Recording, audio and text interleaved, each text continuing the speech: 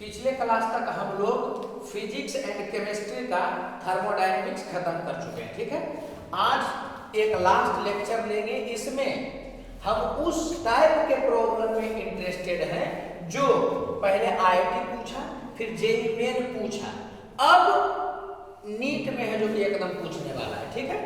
तो थोड़ा सा ध्यान दीजिएगा, हम आपको वो मेथड बताएंगे जिसके थ्रू आप सवाल को विदिन 1 मिनट में डील कर लीजिए। जैसे कि यहाँ पर जो क्वेश्चन दिया गया है, इसको आप क्वेश्चन बैंक के भी सॉल्यूशन में देखिएगा या कहीं भी सॉल्यूशन जो बताया जाता है ना, तो 2 से 3 मिनट आपको डील करने में लग जाएगा। तो हम क्या करेंगे कि इसका कुछ फॉर्मूला बता देंगे और कुछ ट्रिक बता देंगे कि आप सवाल को देखिएगा और विदिन 1 मिनट में जो कि बना दीजिएगा, ठीक है। तो आज का पूरा लेक्चर जो होगा इसी पर बेस्ड रहेगा, जिसको आईआईटी और जेईई में पूछ चुका है, अब नीट में पूछने वाला है। तो नीट के बच्चे को क्या बेनिफिट होगा कि अगर आएगा तो देखा हुआ रहेगा, फॉर्मूला मारिएगा, ट्रिक मारिएगा, आंसर चला आएगा। और जेईई के बच्चे को क्या बेनिफिट होगा कि अगर इस टाइप का क्वेश्चन आगे रिपीट करेगा तो विदिन 1 मिनट में आप डील करके निकल जाइएगा, ठीक है। तो पहले आप क्वेश्चन समझा देते हैं, उसके बाद है जो कि इसको कैसे बनाना है ये एक्सप्लेन कर देंगे, तो विदिन 1 मिनट में ये सवाल बन जाएगा। देखो क्वेश्चन जो लिखा हुआ रहेगा वो तो पढ़ेंगे ही, पहले तुम ये एकदम ध्यान रखना कि यहाँ पे P यहाँ पे V या यहाँ पे V यहाँ पर P देगा, ठीक है। P भी देगा या V भी देगा, कुछ इस टाइप से देगा। इसमें जो ग्राफ देगा वो इस टाइप का होगा, जो भी ग्राफ देगा वो इस टाइप का होगा। यहाँ भी देखो इस टाइप का, हम इसमें भी इंटरेस्टेड नहीं है, इसमें इंटरेस्टेड है, ठीक है। तो वो देगा क्या कि यहाँ P है, यहाँ V है, या यहाँ V है, यहाँ P है। तो इस टाइप का एक ग्राफ दे देगा और आपको बोलेगा कि इसमें मैक्सिमम टेम्परेचर कितना होगा। अरे अगर पूछेगा कि बर्फ कितना हुआ तो एरिया निकाल दोगे, तो वो सब तो बता ही चुके। ये हम लोगों को कैलकुलेट करना है कि इसमें मैक्सिमम टेम्परेचर कितना होगा। तो थोड़ा सा समझना पड़ेगा, जैसे जैसे तुम इधर आ रहे हो तो क्या हो रहा है, प्रेशर घट रहा है और वॉल्यूम बढ़ रहा है। तो प्रेशर घटेगा और वॉल्यूम बढ़ेगा तो पीवी का क्या हो रहा है, ये तो डायलेमा ना हो गया जी। बात को समझिएगा कि प्रेशर घट रहा और वॉल्यूम क्या हो रहा है, बढ़ रहा है। तो इसके हेल्प से पीवी में समझ में आ रहा है कि नहीं कि डायलेमा हो गया है। और अगर पीवी में डायलेमा हो गया तो आपको पता है कि पीवी का वैल्यू एनआरटी होता है। तो ये वाला बढ़ रहा है या घट रहा है, इसमें डायलेमा है, इसका मतलब क्या हो गया कि टेम्परेचर में भी डायलेमा है। मान लो कि ग्राफ ऐसे देता, सपोज करो कि ग्राफ ऐसे देता, ऐसे, तो इसमें कोई डायलेमा नहीं। जैसे जैसे उधर जा रहे हैं P भी बढ़ रहा है और V भी बढ़ रहा है, इसका मतलब P भी बढ़ गया। और P भी बढ़ गया तो P भी को एनआरटी से क्या पता चलता है कि अगर P भी बढ़ गया तो टेम्परेचर बढ़ गया। तो इस ग्राफ में कोई डायलेमा नहीं, इसमें डायलेमा कि प्रेशर घट रहा है और वॉल्यूम बढ़ रहा है। तो क्या है कि पीवी का क्या होगा ये पता नहीं चल पा रहा, कब बढ़ रहा होगा कब घट रहा होगा ये पता नहीं चल पा रहा। समझ में आ रहा है क्या? तो एक तो पहले आप ये याद रखिएगा कि कभी भी पीवी में या वीपी में ऐसे करके दे देगा ना ग्राफ, तो 99.9999% केस में क्या होगा कि पहले टेम्परेचर बढ़ेगा उसके बाद घटेगा। ये 100% ट्रू नहीं, लेकिन आपके लिए समझिए कि ये ट्रू ही कि ग्राफ ऐसे दे देगा तो पहले टेम्परेचर घटेगा उसके बाद टेम्परेचर क्या होगा, सॉरी पहले टेम्परेचर बढ़ेगा उसके बाद टेम्परेचर क्या होगा, घटेगा। समझा? देखो यहाँ भी पीवी में ऐसे है और यहाँ भी पीवी वाले ग्राफ में ऐसे है। इसमें मैं इंटरेस्टेड है, इसमें तो आपको पता चल जाएगा। इसमें क्या है, मान लो कि ऐसे होगा तो P कांस्टेंट है, V बढ़ेगा, टेम्परेचर बढ़ेगा। इसमें मान लो कि ऐसे, तो क्या है कि V कांस्टेंट है, P बढ़ रहा है, तो P भी बढ़ गया तो टेम्परेचर बढ़ेगा। इसमें मान लो कि कोई ऐसे जाएगा तो V कांस्टेंट है, प्रेशर घटेगा तो P भी घटेगा तो टेम्परेचर घटेगा। डायलेमा किसमें है, तो जब PV वाले या VP वाले में ऐसे रहेगा तब टाइप ही याद रहना चाहिए। क्या कि पीवी वाले या वीपी वाले में ऐसे दे कर करके आपसे पूछता है कि इसमें मैक्सिमम टेम्परेचर कितना होगा। ठीक है, तो इसका जो नॉर्मल मेथड होता है ना वो बड़ा लेंथी टाइप का हो जाता है। उसमें होता क्या है कि T का मैक्सिमम वैल्यू निकालना है, इसका मतलब PV का मैक्सिमम वैल्यू निकालना है। तो क्या किया जाता है कि P का इक्वेशन लिखा जाता है, मतलब स्ट्रेट लाइन का इक्वेशन लिखा जाता है। ठीक है, तो P का इक्वेशन देगा, फिर दोनों तरफ V से मल्टीप्लाई करके PV का इक्वेशन लिख दिया जाता है। फिर डिफरेंशिएट करके कंडीशन लाया जाता है कि किस वॉल्यूम पर किस प्रेशर पर मैक्सिमम PV होगा या मैक्सिमम टेम्परेचर होगा, और फिर उसको पुट किया जाता है तो फाइनली है जो कि T मैक्सिमम निकलता है। तो ऐसे करोगे तो दिमाग भी ज्यादा लगेगा और सवाल है जो कि 2-3 मिनट में चल जाएगा, 3 मिनट में चल जाएगा, उसमें भी कैलकुलेशन में गलती होने का चांस है। बात समझ में आ रहा है? तो हम क्या करेंगे कि इसका मैथमेटिकल जो कैलकुलेशन होता है ना उसको करके एक फॉर्मूला आपको थमा देंगे। ठीक है, कि अगर आएगा क्वेश्चन तो डायरेक्ट उस फॉर्मूला में मारिएगा, आपके पास आंसर चला आएगा। ठीक है, और फिर शॉर्टकट भी बता देंगे कि कोई फॉर्मूला भुला भी दे तो कैसे पकड़ ले सकता है। ठीक है, बोलो यार। Yes sir. तो यहां समझिएगा, एक स्ट्रेट लाइन है तो इसमें x y का मैक्सिमम वैल्यू कितना होगा ये अगर पता कर लेंगे तो इस टाइप के ग्राफ में PV का मैक्सिमम वैल्यू कितना होगा ये पता चल जाएगा। जैसे PV का मैक्सिमम वैल्यू पता चल जाएगा तो T मैक्स का वैल्यू हो जाएगा ना PV मैक्स बाई n। अरे PV बोल पेनाल्टी में ये मैक्सिमम पता चल गया था, n को ध्यान करोगे तो T के बारे में पता चल जाएगा। बात समझ में आ रहा है? Yes sir. ठीक है, तो हम पहले मैथमेटिकली आपको समझा देते हैं, फॉर्मूला नहीं जाना ये कैसे आया हो तुम मत जानो, हम कर दे सकते हैं कि पहले क्या करेंगे y का इक्वेशन लिखेंगे, दोनों तरफ x मल्टीप्लाई करके डिफरेंशिएट करके कंडीशन लाएंगे, फिर पुट करोगे तो चल आएगा। लेकिन उतना सोचना नहीं तुमको ओवरऑल रिजल्ट याद रखना। तो हम लोग रट क्या रहे हैं कि y और x में अगर इस टाइप का स्ट्रेट लाइन है जो उस टाइप का दिख रहा है ना वहां जी PV वाला में, तो x y का मैक्सिमम वैल्यू कितना होगा। ठीक है, तो x y का मैक्सिमम वैल्यू जो होता है वो -c²/4m होता है, ये याद रखना है आपको। अभी इसको साइड तुम करो, अभी पहले तुम इसको याद रखो कि अगर इस ढंग का कर्व रहेगा तो x y का मैक्सिमम वैल्यू इस पर कितना होगा, तो -c²/4m होगा। जहां पर c का वैल्यू कितना होगा तो x2/1 -/2x1 divided by x2 - x1, ये तुमको याद रखना है।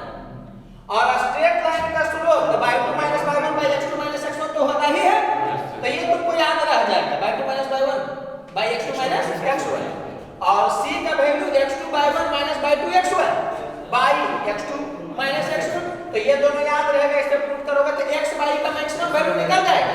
तो अगर PV बना रहेगा तो PV का मैक्सिमम वैल्यू निकल जाएगा, PV का मैक्सिमम वैल्यू निकल जाएगा तो टेंपरेचर मैक्सिमम निकल जाएगा। अभी समझाने में टाइम लग रहा है, बना तो तुरंत बन जाएगा। समझ आ रहा है? तो हम मैथमेटिकल कैलकुलेशन करके ये ला दिए हैं, आपको आएगा एकदम डायरेक्ट मार करके आगे बढ़ जाइएगा। आज के आप लोग नीट वाले बच्चे हैं, एकदम श्योर शॉट मानिए कि याद ना करिए क्वेश्चन पूछने वाला। समझ आ रहा है कि वो पता चल जाता है कि कौन कौन सा क्वेश्चन है जो जेईई में आया है, अब एकदम वो गिरने वाला है नीट में, तो आपके पास आएगा तो एकदम नया सवाल रहेगा। समझ में आ रहा है? आपको क्या है कि ऐसे कर डील कर देना। ठीक है, अच्छा एक बहुत ही स्पेशल केस बता रहे हैं, क्या कि ऐसा भी हो सकता है कि वो स्ट्रेट लाइन देगा ना तो इसका कोऑर्डिनेट होगा x1/1 और इसका कोऑर्डिनेट होगा x2/2। ठीक है, तो अगर x2/2 मल्टीप्लिकेशन करोगे वो बराबर हो जाएगा x1/1 के, एक स्पेशल केस है। ठीक है, तो उस सिचुएशन में x y का मैक्सिमम वैल्यू कहां पर होता है, तो ये याद रखना कि मिड पॉइंट पर होता है। अब स्ट्रेट लाइन का मिड पॉइंट कैसे निकलता है, x1 + x2/2 और y का वैल्यू कैसे निकलेगा मिड पॉइंट का, तो y1 + y2/2, तो ये वाला होता है। जेईई में दोनों क्वेश्चन पूछा है, एक बार x1/1 का जो वैल्यू है वो बराबर है x2/2 के, तो वो वाला क्या करोगे कि इससे डील नहीं करोगे, तुम करोगे तो आंसर आ जाएगा, लेकिन ये वाला ज्यादा ना शॉर्ट हो जाएगा। तो इसको डायरेक्ट समझ जाना कि मिडिल पॉइंट पॉइंट पर होगा तो x1 plus x2 by 2 into y1 plus y2 by 2। समझ आ रहा है कि नहीं? तो ये x y का मैक्सिमम वैल्यू होगा किस जगह पर, जब x का वैल्यू मिडिल पॉइंट पर होगा और y का वैल्यू मिडिल पॉइंट पर होगा। कोई दिक्कत लग रहा है? तो ये अभी तक नहीं पूछा कि किस वॉल्यूम पर, इस क्वेश्चन में किस वॉल्यूम पर किस प्रेशर पर मैक्सिमम टेम्परेचर होगा, लेकिन हो सकता है कि पूछ दे तो हम लोग पहले से याद किए हुए रहेंगे। अब सवाल को हम डील करते हैं, ठीक है? तो अब क्वेश्चन को पढ़ो और उसके बाद तुरंत हम लोग जो कि बना लेंगे। दिया हुआ है कि n moles of an ideal gas undergoes a process A to B, A से B पर जा रहा है, मतलब ऐसे करके दिया हुआ, ठीक है? As shown in the figure, the maximum temperature of the gas during the process will be। इसमें दिमाग नहीं लगाना, तुमको याद रहना चाहिए कि PV या VP का ताव ऐसे रहता है। तो एक क्वेश्चन होता है जिसमें Tmax पूछा जाता है। तो पहला कंडीशन चेक करेंगे कि क्या यहाँ पर P1 V1 बराबर है P2 V2 को, वहां कहते थे ना कि x1 y1। तो पहले तुम इसी को लिख देना। यहाँ पर कोऑर्डिनेट कितना होगा कि इसका x कितना है V0 और इसका y कितना है 2p0। ये समझ में आ रहा है ना जी? ये x1 हो गया, ये y1 हो गया और इसका कोऑर्डिनेट कितना है, तो x का वैल्यू 2v0, ये हो गया x2 और y का वैल्यू p0, तो ये कितना हो गया y2। देखो इसको भी माना जा सकता है x2 y2, इसको भी माना जा सकता है x1 y1, किसी एक को फिक्स कर लेना। लेकिन अगर इसको तुम x1 बोलोगे तो मस्त है इसको y1 बोलना। तुम अगर इसको x1 बोलते तो इसको y1 बोलते, तब हम लोग इसको x2 बोलते तो उसको y2 बोलते। किसी एक को x1 y1 और x2 y2 मान लेना है, ठीक है? अब आप पहले देखिए कि x2 y2 का वैल्यू बराबर है कि नहीं x1 y1 के। अरे तो देख करके बता दे सकते थे, नहीं लिखते तब भी कि ये 2p0 है 2v0 है, आई p0 है, यहाँ 2p0 v0 है, और यहाँ पर क्या है तो 2p0 है v0 है, तो यहाँ पर भी हो जाए 2p0 v0। क्या x1 y1 का वैल्यू x2 y2 के बराबर हुआ या नहीं हुआ? हो गया। तो हम लोग डायरेक्ट समझ गए कि D मैक्सिमम जो होगा ये मिडिल पॉइंट पर होगा। समझ आ रहा है कि नहीं? तो T मैक्सिमम का वैल्यू कितना होगा, तो T मैक्स का वैल्यू जो होगा वो बराबर होगा PV मैक्स बाई NR के। अरे PV को तो NRT होता है ना, तो T मैक्स का value PV max by NR होगा। और किस जगह पर होगा, तो मिडिल पॉइंट पर। मिडिल पॉइंट कितना होगा बताओ तो, इतना प्लस इतना बाई 2। समझ में आया कि ये हो जाएगा इतना इनटू V का वैल्यू, सॉरी P का वैल्यू कितना होगा कि इतना प्लस इतना बाई 2, ये कितना हो जाएगा 3p0 बाई 2 बाई NR। कोई दिक्कत लग रहा है? तो यहाँ से कितना आ गया देख लो 9p0 v0 बाई 4NR। देख लो किस ऑप्शन में है, पहला ही ऑप्शन में। तो ये वाला हो गया। एग्जामिनेशन हॉल में जब बच्चा बैठा हुआ रहेगा ना, जैसे देखेगा कि PV है वैसा है और Tmax पूछ रहा है, उसके दिमाग में क्लिक कर जाएगा कि जो पढ़े था वही वाला टाइप है। तो पहले वो चेक करेगा यहाँ पर कि x1 y1 यहाँ का x2 y2 बराबर है कि नहीं। अगर वो बराबर हो गया तब वो ऐसे डील करने के लिए प्रयास करेगा तो आ जाएगा आंसर। लेकिन वो करने का प्रयास नहीं करेगा, वो समझ जाएगा कि मिडिल पॉइंट पर ही होगा। तो मिडिल पॉइंट को कैसे निकालेगा, इतना प्लस इतना बटा 2। अब P में भी हो जाएगा इतना प्लस इतना बटा 2। तो मिडिल पॉइंट का P पता चल गया, मिडिल पॉइंट का V पता चल गया, तो P भी हो गया ना मैक्सिमम वहां बाई NR करोगे तो चला आएगा।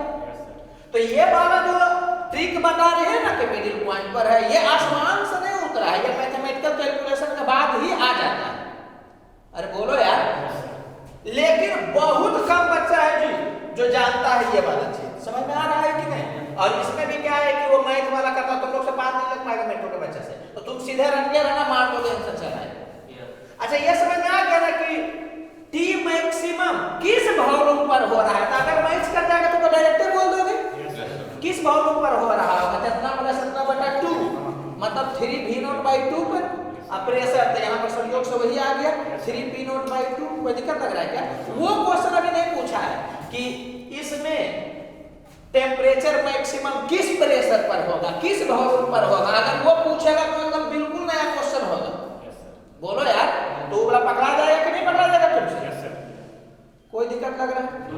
चलो अब इस सवाल को देखो। सवाल को क्या देखोगे, मैंने ओवरऑल यही है, तू बोला है कि एबीसी है जो कि दिया हुआ है, ठीक है। तो आपको बता रहा है कि बीसी प्रोसेस में टी मैक्सिमम कितना होगा। तो पीवी वाला आपको बीसी प्रोसेस का बात किया था ना, बारे में सोचोगे नहीं, तुमको केवल इसके बारे में बात किया।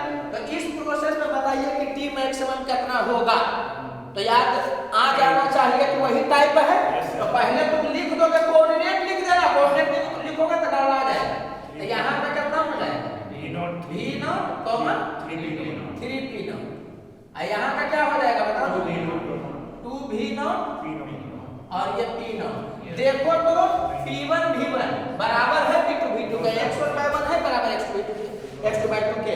नहीं, जैसे नहीं है आपको दिमाग हटा करके ये वाला फॉर्मूला लगा देना है। x y का मैक्सिमम वैल्यू कितना होगा, मैंने pv का मैक्सिमम वैल्यू कितना होगा इतना, जिसमें आपको पहले ये वाला और ये वाला जानना पड़ेगा।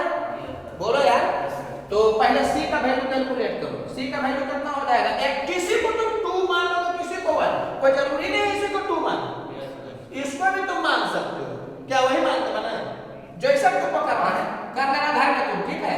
ये हो गया x2, ये कितना हो गया y2, ये वाला हो गया x1, ये कितना हो गया, ये लिख लेना जी।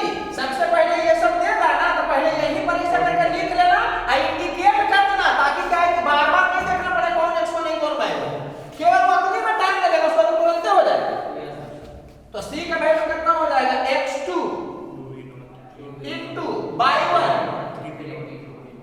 minus y2 into x1। ये समझ आ रहा है कि ऐसे लिख दोगे तुम तो गलती होने का चांस यहाँ कम ना रहेगा। बाई x2 minus x1, तो x2 minus x1 अभी आप तत्काल लिख देते हैं, एग्जामिनेशन हॉल में थोड़ा सा फास्टली करोगे। तो ये किसके बराबर हो गया बताओ तुम, किसके बराबर हो गया, तो ये वाला हो गया 6, एक हो गया ये तो 5 ना हो गया जी, तो 5 p nought v not by v not, तो कितना हो गया 5 v नॉट हो गया। कोई दिक्कत लग रहा है, तो c का वैल्यू निकल गया। और कौन वाला हम निकालेंगे m, तो by2 minus by1 डायरेक्ट कर दे रहे हैं, by2 minus by1 तो कितना हो गया -2 v not by x2 minus x1, तो कितना हो गया v नॉट। यही ना हो गया स्लोप।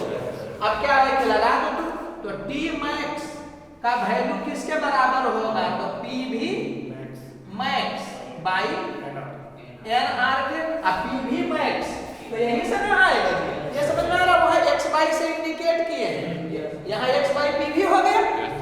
बात समझ में आ रहा है।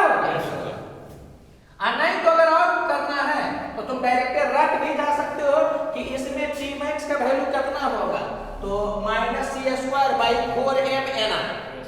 अरे वही वाला बात हो गया, -c²/4m nr नीचे बोल सकते हो। ऐसे ये ध्यान रखना कि pv max से जो कि निकाल लेंगे तो हो जाएगा। कोई दिक्कत लग रहा है क्या, pv max में समझ लो x by max लगेगा, तो यहाँ पर पुट कर दो। देखो अगर एग्जाम में बैठे हो या तुमको पता है कि वही टाइप है, तो इसको ऐसे लिख करके यहाँ तक करोगे ना, तुमको 1 मिनट से ज्यादा टाइम नहीं लगेगा। क्वेश्चन पढ़ते समझते मैक्सिमम 7 मिनट टाइम लगेगा। अरे बोलो यार, एक आध क्वेश्चन तो 2 मिनट तक चल जाएगा तो कोई बात नहीं, लेकिन सब क्वेश्चन नहीं जाना चाहिए, कुछ थ्योरेटिकल रहता है ना जी, इसको क्या है कि आपको 15 सेकंड में बना के आगे बढ़ जाता है, तो वो सब टाइम बचाता है। तो तेजी में होना चाहिए, अदरवाइज क्या है कि मैथमेटिकली मेडिकल के बच्चा कोई सवाल नहीं कर पाएगा, एग्जाम में हम पूछेगा ये भी तुम जान समझ आ रहा।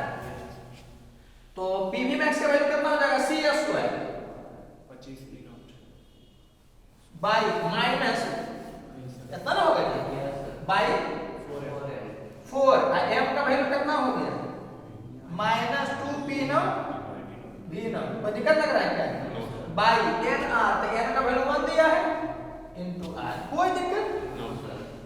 तो ये किसके बराबर हो गया देख लो, p नॉट से p नॉट कट जाएगा, आई माइनस से माइनस कट जाएगा, तो 8 हो गया, आई ये ऊपर जाएगा तो कितना हो गया 25 p nought v nought by एक आर देख लो। फिर हम इसका शॉर्टकट भी बताते हैं कि बिना पेन चले भी तुम निकाल ले सकते हो, लेकिन अभी तत्काल देख लो किसमें है, बी ऑप्शन में। तो यही वाला हो गया। अच्छा अब हम क्या बोलना चाह रहे हैं कि ये तो क्वेश्चन पूछ चुका है कि टी मैक्सिमम कितना है। अब हो सकता है कि नया क्वेश्चन भी वो पूछे कि इस ग्राफ में किस प्रेशर पर, किस वॉल्यूम पर हमको मैक्सिमम टेम्परेचर मिलेगा, या मैक्सिमम टेम्परेचर को घुमा के तो बात कर सकता है कि किस वॉल्यूम पर या किस प्रेशर पर मैक्सिमम पी भी मिलेगा। तो बात एक हो गया। तो अगर जो वो पूछेगा, अभी तो कोई एग्जाम नहीं पूछा, लेकिन अगर जो पूछेगा तो इसी के लिए हम ये वाला लिख दिए कि किस x पर, x अगर वहां पर भी है तो किस वॉल्यूम पर मैक्सिमम टेम्परेचर मिलेगा। तो इस जगह पर तो C और M मालूम है, इसे निकाल लीजिएगा आप। किस प्रेशर पर मैक्सिमम टेम्परेचर मिलेगा या मैक्सिमम P भी मिलेगा, तो C/2 पर, तो आप निकाले हुए रहिएगा तो बन जाएगा। जैसे कि आपको पूछ सकता है कि इसमें किस वॉल्यूम पर मैक्सिमम टेम्परेचर मिलेगा। समझ में आ रहा है कि नहीं? जो अभी तक पूछा है ना, पूछना चाहिए उसको, नया क्वेश्चन आया तो पूछना हो चाहे तो कोई दिक्कत की बात नहीं है। x बोले इसका मतलब क्या हो गया, एक तरह से भी, अरे बोलो यार, तो कितना हो जाएगा -C/2m, तो हो जाएगा माइनस C का वैल्यू कितना, 5p0/2, इसका वैल्यू कितना हो गया -2p0 v0। कोई दिक्कत लग रहा है क्या? यहाँ से कर लीजिएगा, माइनस माइनस खत्म हो जाएगा, अब p0 से p0 भी कैंसिल हो जाएगा, तो ऊपर जाएगा कितना होगा 5v0/4, यही होगा। p0 से p0 तो कट जाएगा, तो इसका मतलब उस वॉल्यूम पर क्या हुआ होगा, मैक्सिमम टेम्परेचर मिला। अगर प्रेशर के बारे में बात करेगा कि किस प्रेशर पर, प्रेशर पर तो यहाँ बाई एक ध्यान देना चाहिए, अगर इसको यहाँ कर देगा इसको यहाँ करेगा तो x बाई के मल्टीप्लिकेशन में कोई फर्क नहीं पड़ेगा। लेकिन अगर कंडीशन पूछेगा तो बात समझ में आ रहा है ना, इसीलिए हम क्या किए कि इस जगह पर x और जगह पर बाई लेकर के डील किए कि अगर तुमको एग्जाम में यहाँ p दे देगा वहाँ भी दे देगा, तो तुमको p निकालने के लिए x निकालना पड़ेगा। अगर वैसा कर दिया तो p का वैल्यू कितना हो जाएगा, तो C/2, तो C का वैल्यू कितना है 5p0। हाँ, तो ये हो जाएगा 5p0/2, इसी को मल्टीप्लाई करोगे तो आ जाएगा 25p0v0/8 हुआ ना जी। ये pv का वैल्यू हो गया, बाई nr करोगे तो चला आएगा। तो समझाने में इतना लग रहा है, अगर तुमको रटा हुआ कि ये क्वेश्चन का टाइप होता है कि यहाँ p यहाँ v रहता है ना, ऐसे कर कर देता है, पहले टेम्परेचर बढ़ता है फिर घटता है। ये स्टेटमेंट जो हम बोल रहे हैं, पहले टेम्परेचर बढ़ता है और घटता है, ये 100% नहीं सही है, ठीक है, लेकिन 99.9999% सही है। आप लोग मानिए कि 100% सही है, ठीक है। वो हम कुछ केस में ऐसा कर दे सकते हैं कि वो ऐसा नहीं होगा, पहले टेम्परेचर घट जाए इस ढंग से, लेकिन वो सब सोचना नहीं है आपको। तो आपको यही सोचना है कि Tmax कैसे कैलकुलेट होगा। तो पहला कंडीशन क्या आपको देखना है, हाँ कि PV में ऐसे रहेगा। अगर ग्राफ को दे रहेगा, पहले तो ग्राफ पे देख करके दिमाग क्लियर करेगा, तो ये देखना है कि P1 V1 बराबर है P2 V2 के कि नहीं। अगर है तो सवाल बहुत जल्दी बनेगा, क्योंकि मिडिल पॉइंट तुमको पकड़ा गया, हाफ हाफ करके दोनों को कोऑर्डिनेट को जोड़ बोलो यार। और उसके बाद फिर क्या होगा कि PV का वैल्यू मालूम हो गया तो T भी मालूम हो जाएगा। कोई दिक्कत लग रहा है? इसको बताने का जरूरत है कि किस प्रेशर पर किस वॉल्यूम पर मैक्सिमम होगा, तो पता चल गया कि मिडिल पॉइंट पर होगा। कोई दिक्कत लग रहा है? तो ये बात अभी नहीं पूछा है कि किस जगह पर, लेकिन बता इसलिए दिया जा रहा है कि अगर जो आएगा तो आप डील करके निकल जाइएगा। समझ आ रहा है? तो इसके अंदर में एक्चुअली में क्वाड्रेटिक इक्वेशन आता है, उसका मैक्सिमम वैल्यू मिनिमम वैल्यू कितना होता है ना, उसको मैथ में पढ़ना होता है, ठीक है।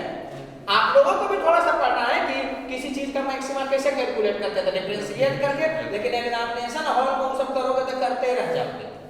इक्वेशन लिखो तो 12 लिखो 17 लिखो हो जाएगा गड़बड़ा, बोलो यार।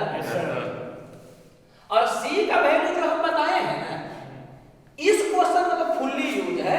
ऐसे नॉर्मल केस में भी कभी भी क्या होगा कि कोई स्ट्रेट लाइन तुमको दे दी, वो स्ट्रेट लाइन को कैसे देगा, ऐसे देगा ऐसे देगा, कैसे वो स्ट्रेट लाइन तुमको देगा, तो उसको लिखते हैं ना y equal to mx plus c में, तो c का वैल्यू कितना होता है, फॉर्मूला मार दो तो चल आएगा। कोई भी स्ट्रेट लाइन और स्लोप कितना होता है तो ये मार दो तो चल आएगा, तो दूसरी जगह पर बेनिफिट करेगा।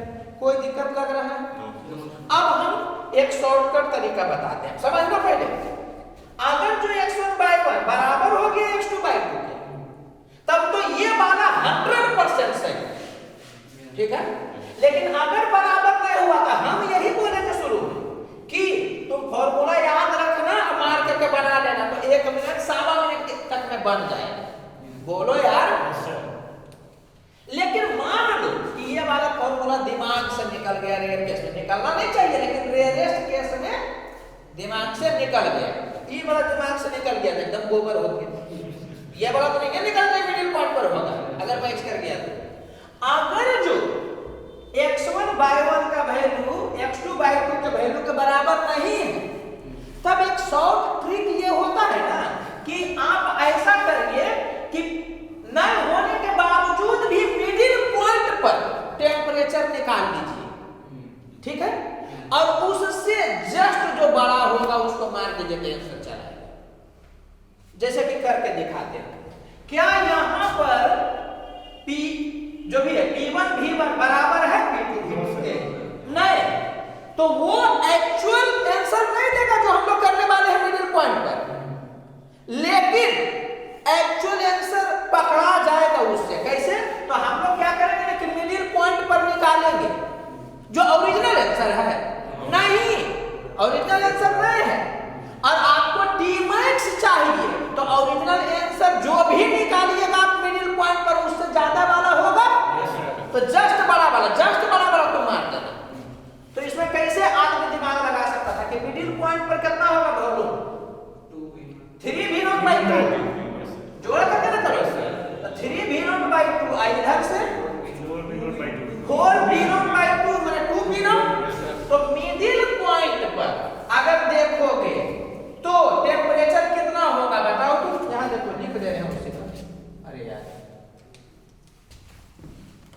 मैंने उसको खाली ऐसे ही कर दे रहे हैं, यहां पर देखना शॉर्टकट। ये 100% सही नहीं होगा जी, लेकिन आपका काम चल रहा है। तो T मिडिल पॉइंट पर कितना होगा, मिडिल पॉइंट पर हम बोल रहे हैं, तो P का वैल्यू कितना हो गया था 2v0 इनटू वॉल्यूम का वैल्यू 3v0/2 बाई nr, तो 1 इनटू r, तो ये कितना आ गया देखो तो 3v0 बाई r। ये मिडिल पॉइंट पर आया जो ओरिजिनल नहीं है। अब मैक्सिमम निकालना है तो इससे जस्ट ज्यादा वाला मारेंगे। तो यहां देख लो तुम डेसिमल में कर देना, तो क्या ये p0 v0 का यार तो कॉमन हो गया सब में। देखो तो ये 3 से बड़ा है, अरे बोलो यार नहीं, तो ये गलत हो गया, ये तो समझ में आ गया होगा। ये वाला देखो तो 3 से बड़ा है नहीं, तो ये भी गलत हो गया, समझ में आ गया होगा। ये वाला तुम देखोगे तो ये 6 पॉइंट समथिंग है, और यहां पर देखोगे तो ये 3.1 के आसपास में 3 पॉइंट समथिंग है। तो इससे जस्ट बड़ा कौन होगा, ये वाला हुआ, तो डायरेक्ट मार करके आगे बढ़ जाएगा और आप लोग को क्वेश्चन पूछेगा कि ये बल्ब भी है। समझ में आ रहा है? उसको भी हम आसमान से उतार के नहीं बता रहे, लेकिन हम जानते हैं कि पहले टेम्परेचर बढ़ेगा फिर टेम्परेचर घटेगा, तो ये तो फिक्स ना है कि इसके मिडिल पॉइंट के ही आसपास में रहेगा। लेकिन एक बात तुम ध्यान देना, इसके जस्ट बगल में जो आंसर होगा वो हम नहीं बोले, इससे जस्ट बड़ा जो होगा वो आंसर बोले।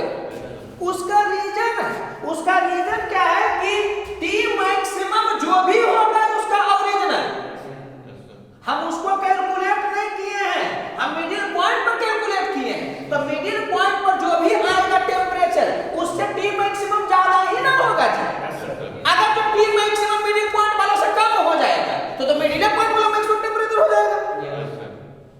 कुछ दिमाग चकरा भी गया होगा अगर आपका, क्योंकि नीट के बच्चा है तो दिमाग ज्यादा नहीं लगाइएगा। इसमें आप एक शॉर्टकट लिख लीजिएगा कि अगर P1 V1 बराबर नहीं होगा P2 V2 के, तो मिडिल पॉइंट पर टेम्परेचर निकाल के, मिडिल पॉइंट कैसे टेम्परेचर निकलेगा, तो मिडिल पॉइंट का P और V निकाल करके डिवाइड करेंगे ये नाम से, तो वो निकाल के उससे जस्ट बड़ा जो आंसर होता है वो मार लेते हैं तो बन जाएगा। अब कोई चाहिए लेगा कि ऑप्शन में ऐसे सेट कर करके दे कि तुमको गलती करवा ले, तो अलग बात है कि वो ऑप्शन पुट करेगा 3.1 वाला, एगो पुट करेगा 3.05 वाला। ये बात समझ में आ रहा है? कंपटीशन में ऐसे नहीं दे। अब मान लो कोई हमारा वीडियो देखे क्या करेगा, मास्टर ऐसे शॉर्टकट बता देगा, अब गलती हम करवाएंगे उसको।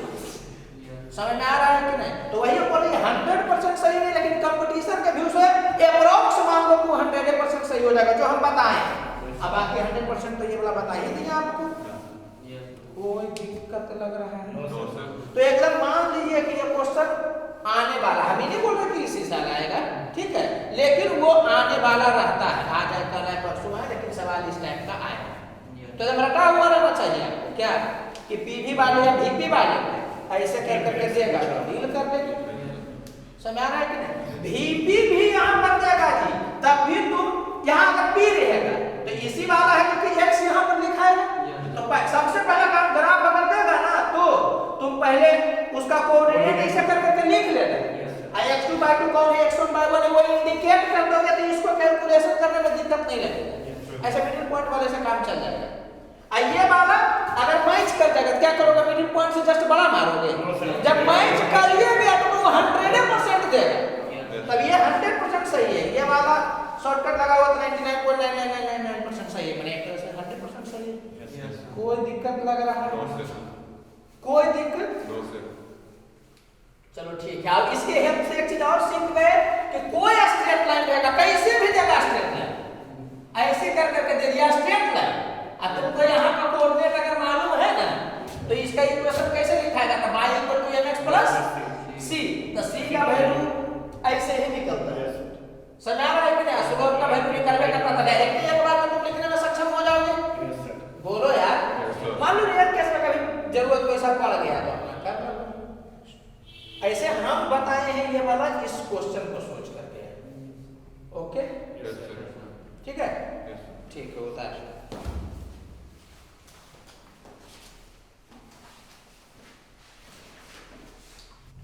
हम लोग कार्नोट साइकिल को पढ़ चुके हैं, ठीक है, उससे जो भी प्रॉब्लम आता है ना वो बिल्कुल एकदम फॉर्मूला बेस्ड होता है, ठीक है।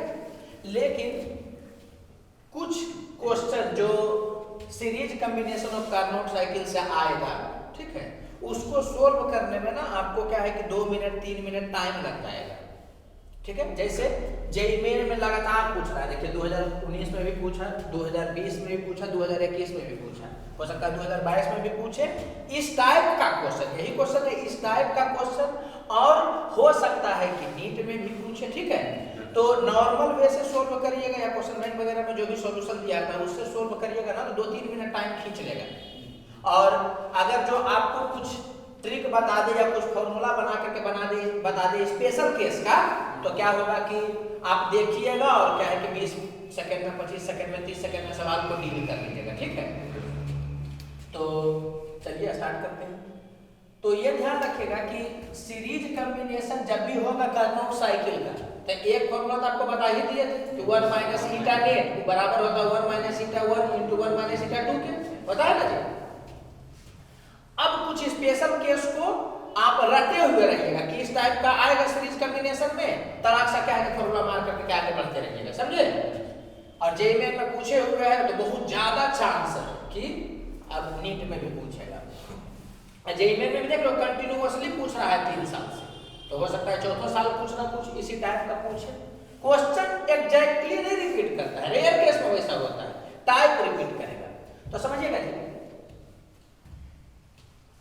इसका टेम्परेचर T1 है, बीच वाले का टेम्परेचर हम लोग T2 बोले, वो कुछ और भी नाम दे सकता है, हम लोग क्या बोले हैं T2, और ये वाला जो है लास्ट वाला वो T3 है। समझ आ रहा है कि नहीं? तो हम लोग बोल सकते हैं ना कि ये वाला हीट इंजन और ये वाला हीट इंजन दोनों किसमें है, सीरीज में है। तो एक केस क्या होता है कि ये जितना हीट इजेक्ट करता है एग्जैक्टली पूरा का पूरा हीट एनर्जी है जो कि सेकेंड वाला में एंट्री करता है। बोलो यार, या ऐसा भी हो सकता है कि ये जितना इजेक्ट करेगा ना इंजन 1, इंजन 2 में एग्जैक्टली उतना नहीं जाएगा, कुछ पार्ट है जो कि जाएगा। तो हम जानबूझ कर करके कुछ पार्ट जाएगा उसको बढ़ा दे रहे हैं। अब अगर 100% भी कन्वर्जन होगा, मतलब 100% जो इसका इंजेक्शन होगा वो अगर इसमें एंट्री होगा तो n का वैल्यू 1 कर दोगे तो नहीं हो जाएगा कि जितना उससे निकला उतना ही इसमें जा रहा है। तो इसका बेनिफिट क्या होगा कि 100% उसका वाला इसमें एंट्री कर जाएगा, तब भी ये फॉर्मूला काम कर जाएगा। और मान लो कि 30%, 40%, 50% कुछ भी उस टाइप से रहेगा, तब भी n का वैल्यू कैलकुलेट करके काम कर लेंगे। तो ये ज्यादा ना डाइवर्सिटी है जो कि करेगा। बोलो यार।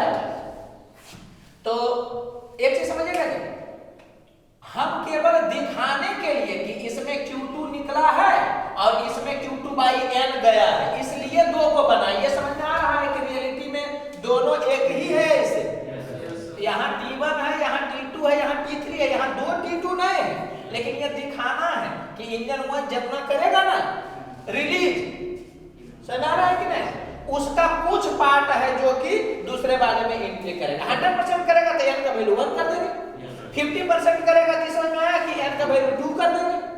अरे बोलो यार। 25% माने ये जितना हीट एनर्जी इजेक्ट किया है उसका 25% मान लो कि इसमें एंट्री करेगा, तो यहाँ पर n का वैल्यू 4 कर देंगे। तो बात आपको समझ में आ रहा होगा, ठीक है। और ये तो बोलने का जरूरत नहीं है कि इंजन 1 का ये सोर्स है और T2 सिंक है, और इंजन 2 के लिए T2 सोर्स हो गया और T3 सिंक हो गया। तो हम लोग याद रखेंगे T1, T2, T3, T2 बीच वाला, ये बात समझ में आ रहा होगा, ठीक है। वो कुछ अपना नाम देगा तो हम देखेंगे, हम लोग याद रखेंगे T1, T2, T3 सीरीज वाला। तो दो केस बहुत इंपॉर्टेंट है, उसको याद रखिएगा।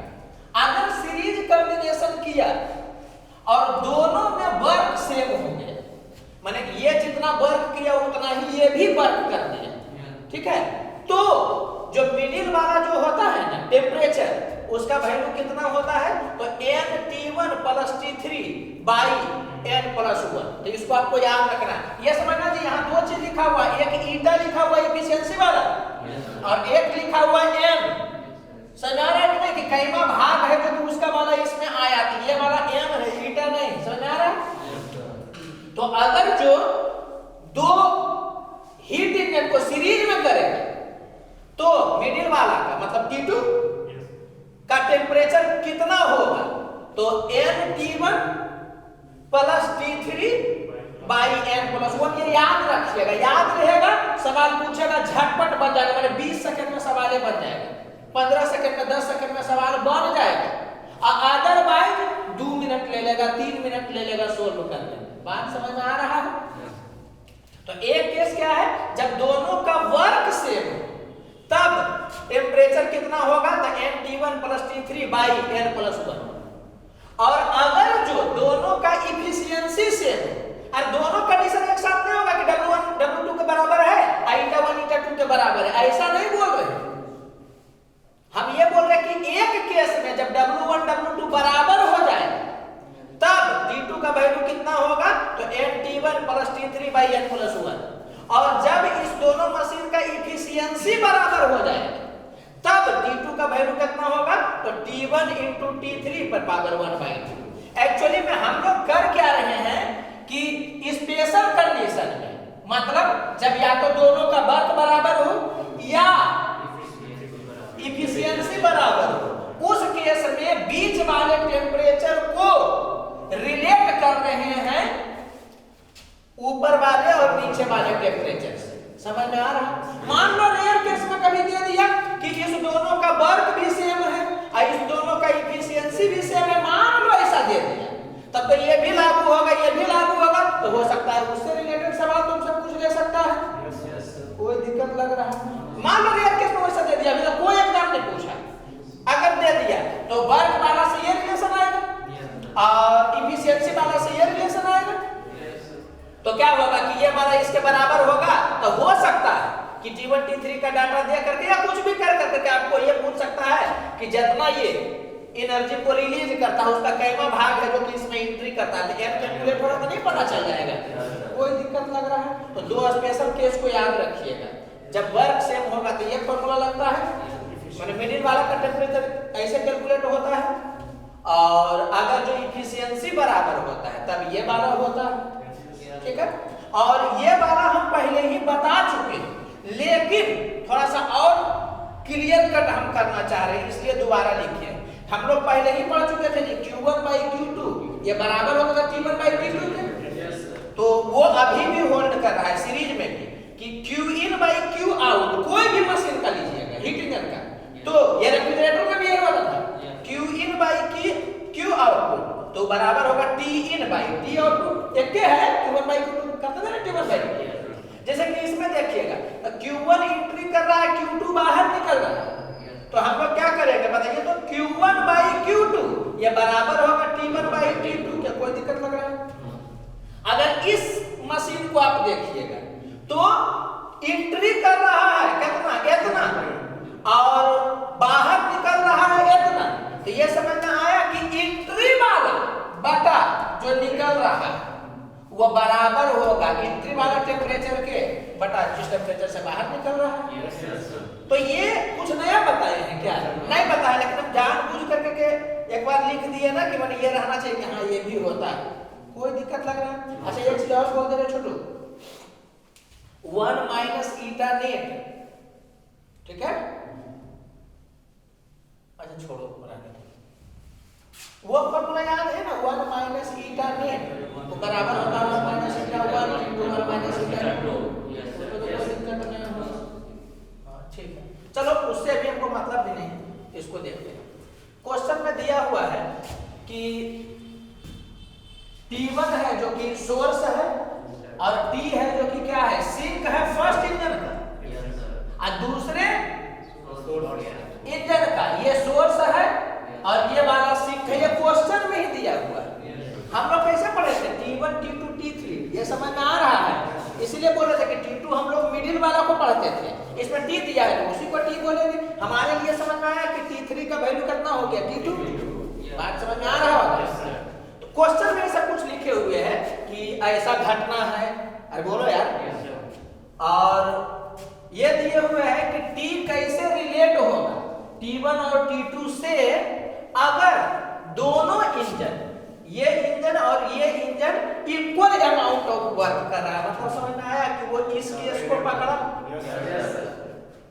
कोई दिक्कत लग रहा है? अच्छा एक बताओ समझिएगा, जब तक ये बात नहीं बोलेगा कि इसका कितना भाग इसमें जा रहा है, सीधे बोलेगा कि सीरीज में उसका निकलता है इसमें चल जाता है, तो आप बताइए कितना परसेंट मानेंगे गया?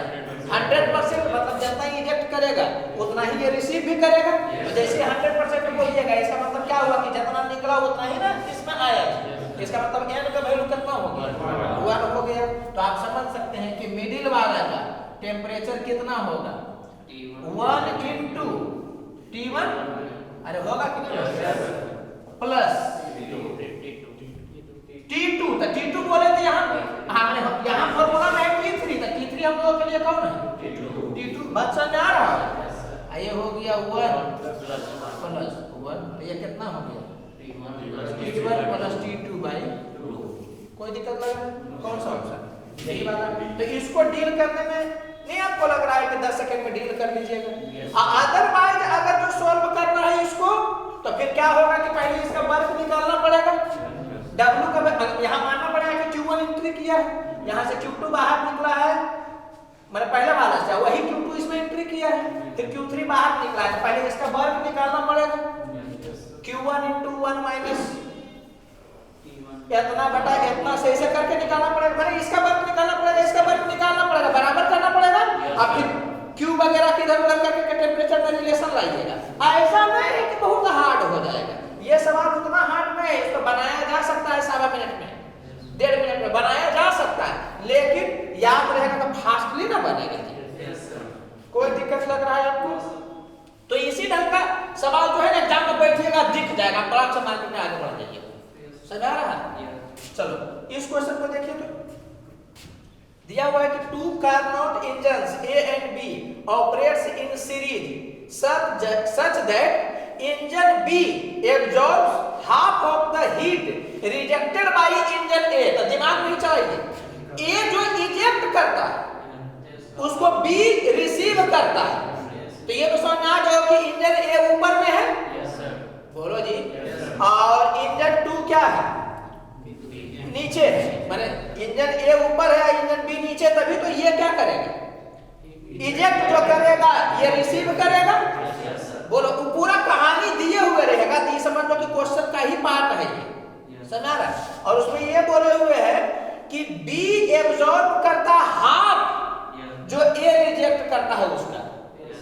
इसका मतलब क्या हुआ कि ये जो भी इजेक्ट करेगा, Q2 इजेक्ट अगर जो करेगा तो ये क्या होगा, Q2/2 रिसीव करेगा। ये बात समझ में आया कि यहाँ से n का वैल्यू कितना आ गया, 2। तो आपको पूछ रहा है कि इसका टेम्परेचर बताइए कितना होगा, किस कंडीशन में, जब वर्क क्या है, सेम है, समझ आ रहा है कि नहीं। तो कितना हो जाएगा बताइए। तो इसका टेम्परेचर मिडिल वाला का T बोला है, तो ये बराबर होगा n × T1। हमारे लिए T1 यही है, तो यहाँ हो जाएगा T1 प्लस T3। तो T3 ये दिया है। यहाँ पर क्या था कि T3 के जगह पर T2 लिखा था, जहाँ T3 था वहाँ T2 पुट किए थे। अब आई कितना हो जाएगा, n+1, यही ना होगा। इसी को डील कर लीजिएगा।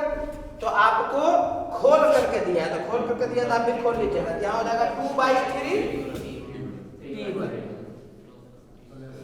प्लस T3/3, यही ना होगा, या 1/3 T3।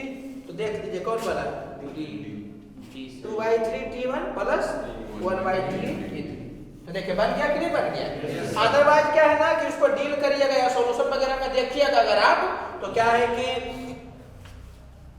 3 मिनट के आसपास टाइम लग जाएगा। 3 मिनट के आसपास टाइम तो लगेगा, तो लगभग करेगा, इरिटेट भी कर देगा, गलती होने का भी चांस ज्यादा रहेगा। समझ आ रहा है कि नहीं। तो याद रखना है, एकदम टाइप आ जाता है।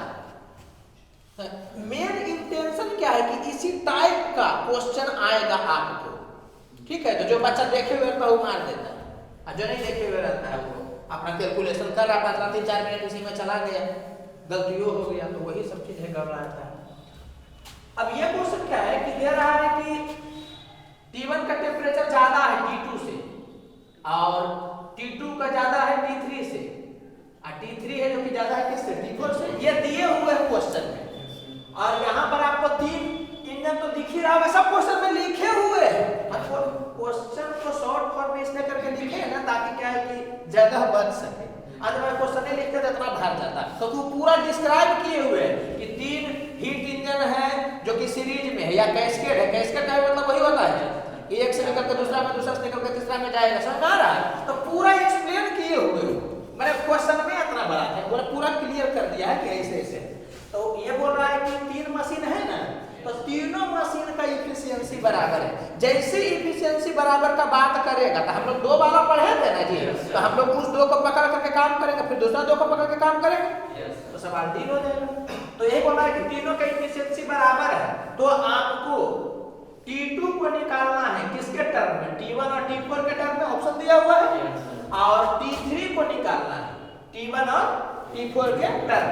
तो वो क्या निकालने का रहा, वो तो साइड करिए। हम लोग को याद क्या है कि अगर इफिशियंसी 2 का बराबर होता है तो ऐसे प्रोसीड करते हैं। इफिशियंसी मतलब तो यह नहीं सोचना है कि कितना इजेक्ट किया, कितना रिसीव किया। इसमें n का कोई रोल है, देखो तो कोई रोल नहीं। बात समझ में आ रहा होगा। तो तीनों को एक साथ तुम पकड़ सकते हो क्या? तुमको क्या पढ़ाया गया है? 2 बार। यहाँ दिया है तीनों को बराबर, लेकिन तुमको 2 का पढ़ाया गया है। तो पहले 2 को पकड़ो। इस दोनों का अगर इफिशियंसी सेम है तो ये तो समझ में आ रहा होगा आपको कि T2 का वैल्यू होगा T1 × T3 पर पावर 1/2। कोई दिक्कत लग रहा है नहीं? अभी उधर के बारे में नहीं सोचना, ये तो पकड़ा जाएगा। फिर अब किसको रिलेट करोगे? इसको रिलेट करोगे, जो एकदम टच में रहेगा, इसको रिलेट करोगे। तो इसको रिलेट करोगे तो ये ना हो गया मिडिल वाला। तो T3 का वैल्यू किसके बराबर होगा बताओ तुम? ऊपर वाला नीचे वाला का मल्टीप्लिकेशन पर पावर 1/2। तो आपके हाथ में इतना ही आएगा। अब आप ऑप्शन देखिएगा तो देगा कि T2 को T1 और T4 के टर्म में बताना है। तो T2 है, अच्छा T2 को डायरेक्ट आप रिलेट कर देते हैं T1 और T4 से, नहीं वो इससे नहीं रिलेट होता है। तो यहाँ पर लिखिएगा तो T2 को किसके टर्म में लाना है?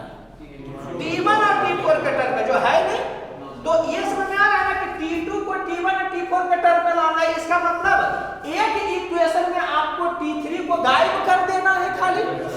तो हम लोगों के पास ये है ना जी, तो T3 को गायब करना है। तो जैसे गायब कर दूं, एक तरीका तो ये था, एक तरीका ये भी है कि T3 का वैल्यू इतना है ना, तो इसको T3 की जगह पर पुट करके आगे बढ़ जाओ, वो भी कर सकते थे। या ऐसा भी कर सकते थे कि इससे T3 निकाले, यहाँ पर T3 है, दोनों को बराबर कर दिए, किसी भी ढंग से तुम प्रोसीड कर जाओगे। मेन यही काम है, यही वाला बच्चा पहुंचने में कर देता है 2 से 2.5 मिनट, और उसके बाद वहां से आगे बढ़ेगा तो लेन देन हो जाएगा। तो ये मालूम है आपको। अब क्या है कि T2, T1, T4 में रिलेशन लाना है। ये एकदम क्लियरली बोल रहा है क्या कि T3 को गायब करो, बोलो यार। तो इसमें T3 को गायब जैसे आप करिए, तो इसी को यहाँ पर पुट कर दीजिए, समझ आ रहा है कि ना, बढ़ जाइएगा। या ऐसे भी कोई कर सकता है कि यहाँ से T3 का वैल्यू निकाल लिया, यहाँ पर T3 है, ये दोनों को बराबर कर दिया, जैसे कि हम अभी वही किए, कर कुछ भी सकते हैं। अब इसको करने के बाद अब क्या करना है, एक तरह से कि T2 को निकाल लेना है। तो T2 को इधर भेजोगे, इसको इधर भेजोगे, फिर ऐसे करोगे तो आ जाएगा T2 पर पावर 3/2। अरे यहाँ पर 1/2 जाएगा, उसको घटाओगे 2 में, तो T2 पर पावर 3/2, तो इसको इधर फेंके तो ये रिलेशन आ जाएगा। और उसके बाद उधर फेंक दोगे तो 3/2 है, तो उधर 2/3 आ जाएगा। तो ये हो गया आपका आंसर। अब मैच करिएगा ऑप्शन में, तो ऑप्शन पहला देखिएगा, शुरू से चलिएगा ना, देखिएगा कि पावर में 1/3 है, इसका मतलब 2 को अंदर खींचिएगा यार। तो 2 को अंदर खींचिएगा तो इस पर स्क्वायर चढ़ जाएगा, और यहाँ पर 1 हो जाएगा। तो T1 स्क्वायर इंटू T4 पर पावर 1/3। तो ये मैच कर गया। अगर नहीं मैच करता तो क्या होता कि दूसरा वाला में हम आगे बढ़ते, ये मैच कर दिया, अब दूसरा कोई ऑप्शन में है वो वाला देखो तो नहीं, तो फिर क्या होगा कि हम लोग इसको सोल्व भी नहीं करते, डायरेक्ट देख करके मान लेते, कोई दिक्कत लग रहा है। बाकी चूंकि ये क्लास है तो हम कर दिए हैं कि अगर किसी को T3 निकालना रहेगा तो फिर वही कहानी है, T3, T1, T4 में रिलेशन लाना। तो T3, T1 और T4 में रिलेशन लाना, इसका मतलब T2 को गायब करना है। तो फिर से वही तरीका है कि या तो T2 का जो वैल्यू है उसको यहाँ पुट कर करके कैलकुलेट कर लीजिए T3, बोलो यार। या फिर आप ऐसा भी कर सकते हैं कि T2 का वैल्यू मालूम है, यहाँ से भी T2 का वैल्यू निकाल लीजिए और दोनों जगह पर है उसको बराबर कर दीजिएगा, चलेगा। एग्जामिनेशन हॉल में उसको करने की जरूरत नहीं था, बोलो। तो ये सवाल भी जो है ना वो 1 मिनट में बन जाएगा। कैसे बन जाएगा तो उसको पता लगेगा एफिशिएंसी बराबर है, तो इसको हम इससे रिलेट करेंगे, और इस दोनों का बराबर तो इसको इससे रिलेट करेंगे, और वहां पर जिसमें रिलेशन रहेगा इसका मतलब उसको गायब करना है, तो उसको गायब कर दोगे तो चल आएगा। समझ में आया कि नहीं? तो जैसे करते हैं, हालांकि इसमें आसान वही होता कि T3, T1, T4 पर करना था तो डायरेक्ट इसको यहाँ पर कर देते, हालांकि उसमें भी वही होता, इसको यहाँ करते तो फिर इधर T3 आता, फिर उसको इधर फेंक करके करना ही पड़ता। लेकिन ये है कि ये वाला जो लिख देगा तो 1 मिनट में सवाल बन जाएगा। तो हम ये नहीं बोल रहे हैं कि इस ढंग का सवाल आपको नीट में आएगा, वो नहीं बोल रहे, आपको इस ढंग का आने का चांस है। जेईई में क्या होता है ना कि 2 मिनट टाइम रह जाता है एक क्वेश्चन पर, अब मैथमेटिकली थोड़ा सा फास्ट रहता है बच्चा तो बनाता है, लेकिन फिर भी अगर इस ढंग से इसको डील नहीं करेगा, मतलब अगर ये रिजल्ट नहीं याद रहे तो क्या है कि उसको सोल्व करने में 2.5 मिनट, 3 मिनट, 4 मिनट के आसपास टाइम लग जाएगा। और सबसे बड़ी बात क्या है कि वहां पर दिमाग क्लिक करेगा कि नहीं करेगा। अब ऐसे क्या एकदम माइंड सेट है, जैसे सीरीज में दिया तो इफिशिएंसी बराबर है तो ये वाला लिखेंगे, उसके बाद कुछ होगा। अगर वर्क बराबर है तो ये वाला लिखेंगे, उसके बाद कुछ होगा। तो जैसे ही आप एक स्टेप बढ़ाइएगा ना तो अगला स्टेप में पता चल जाता है। कोई दिक्कत लग रहा है क्या? तो आज का क्लास का इंटेंशन ही यही है ना, तो कुछ फॉर्मूला आप एक्स्ट्रा से याद रखिए कि इस ढंग का क्वेश्चन आएगा तो बना लीजिएगा, क्योंकि एकदम रिपीट करता है टाइप। कभी कभी रेयर केस में क्वेश्चन वो रिपीट कर देता है, हम क्या बोल रहे क्वेश्चन रखो तुम रखोगे इसको, अब आ जाएगा इसको, तो रटना नहीं है, बोलो यार। टाइप रखना है कि वही सवाल अगर आ भी गया ना डिट्टो तो टाइप याद है तो तुरंत बना लीजिए, कोई दिक्कत, थोड़ा सा भी दिक्कत, ओके ठीक।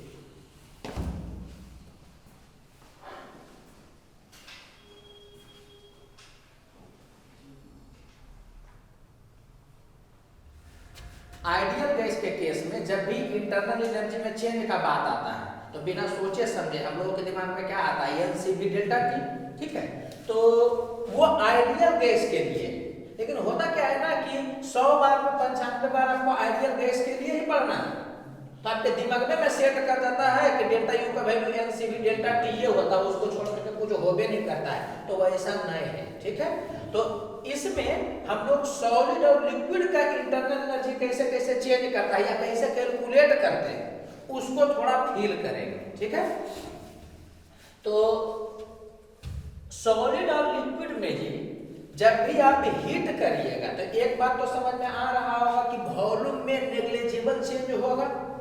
क्या करते हो, लोहा को हीट करते हो तो फूल के गुब्बारा बन जाता है, समझ आ रहा है कि नहीं। तो बहुत कम का चेंज होता होगा, जब तक फेज चेंज नहीं होगा तब तक तो ये समझ में आ रहा है ना तुमको कि सॉलिड को हीट करोगे तो टेम्परेचर बढ़ते रहेगा उसका, लेकिन उसके वॉल्यूम में चेंज तुमको दिखाई देगा, होता भी है, होता तो है ये, लेकिन बहुत कम।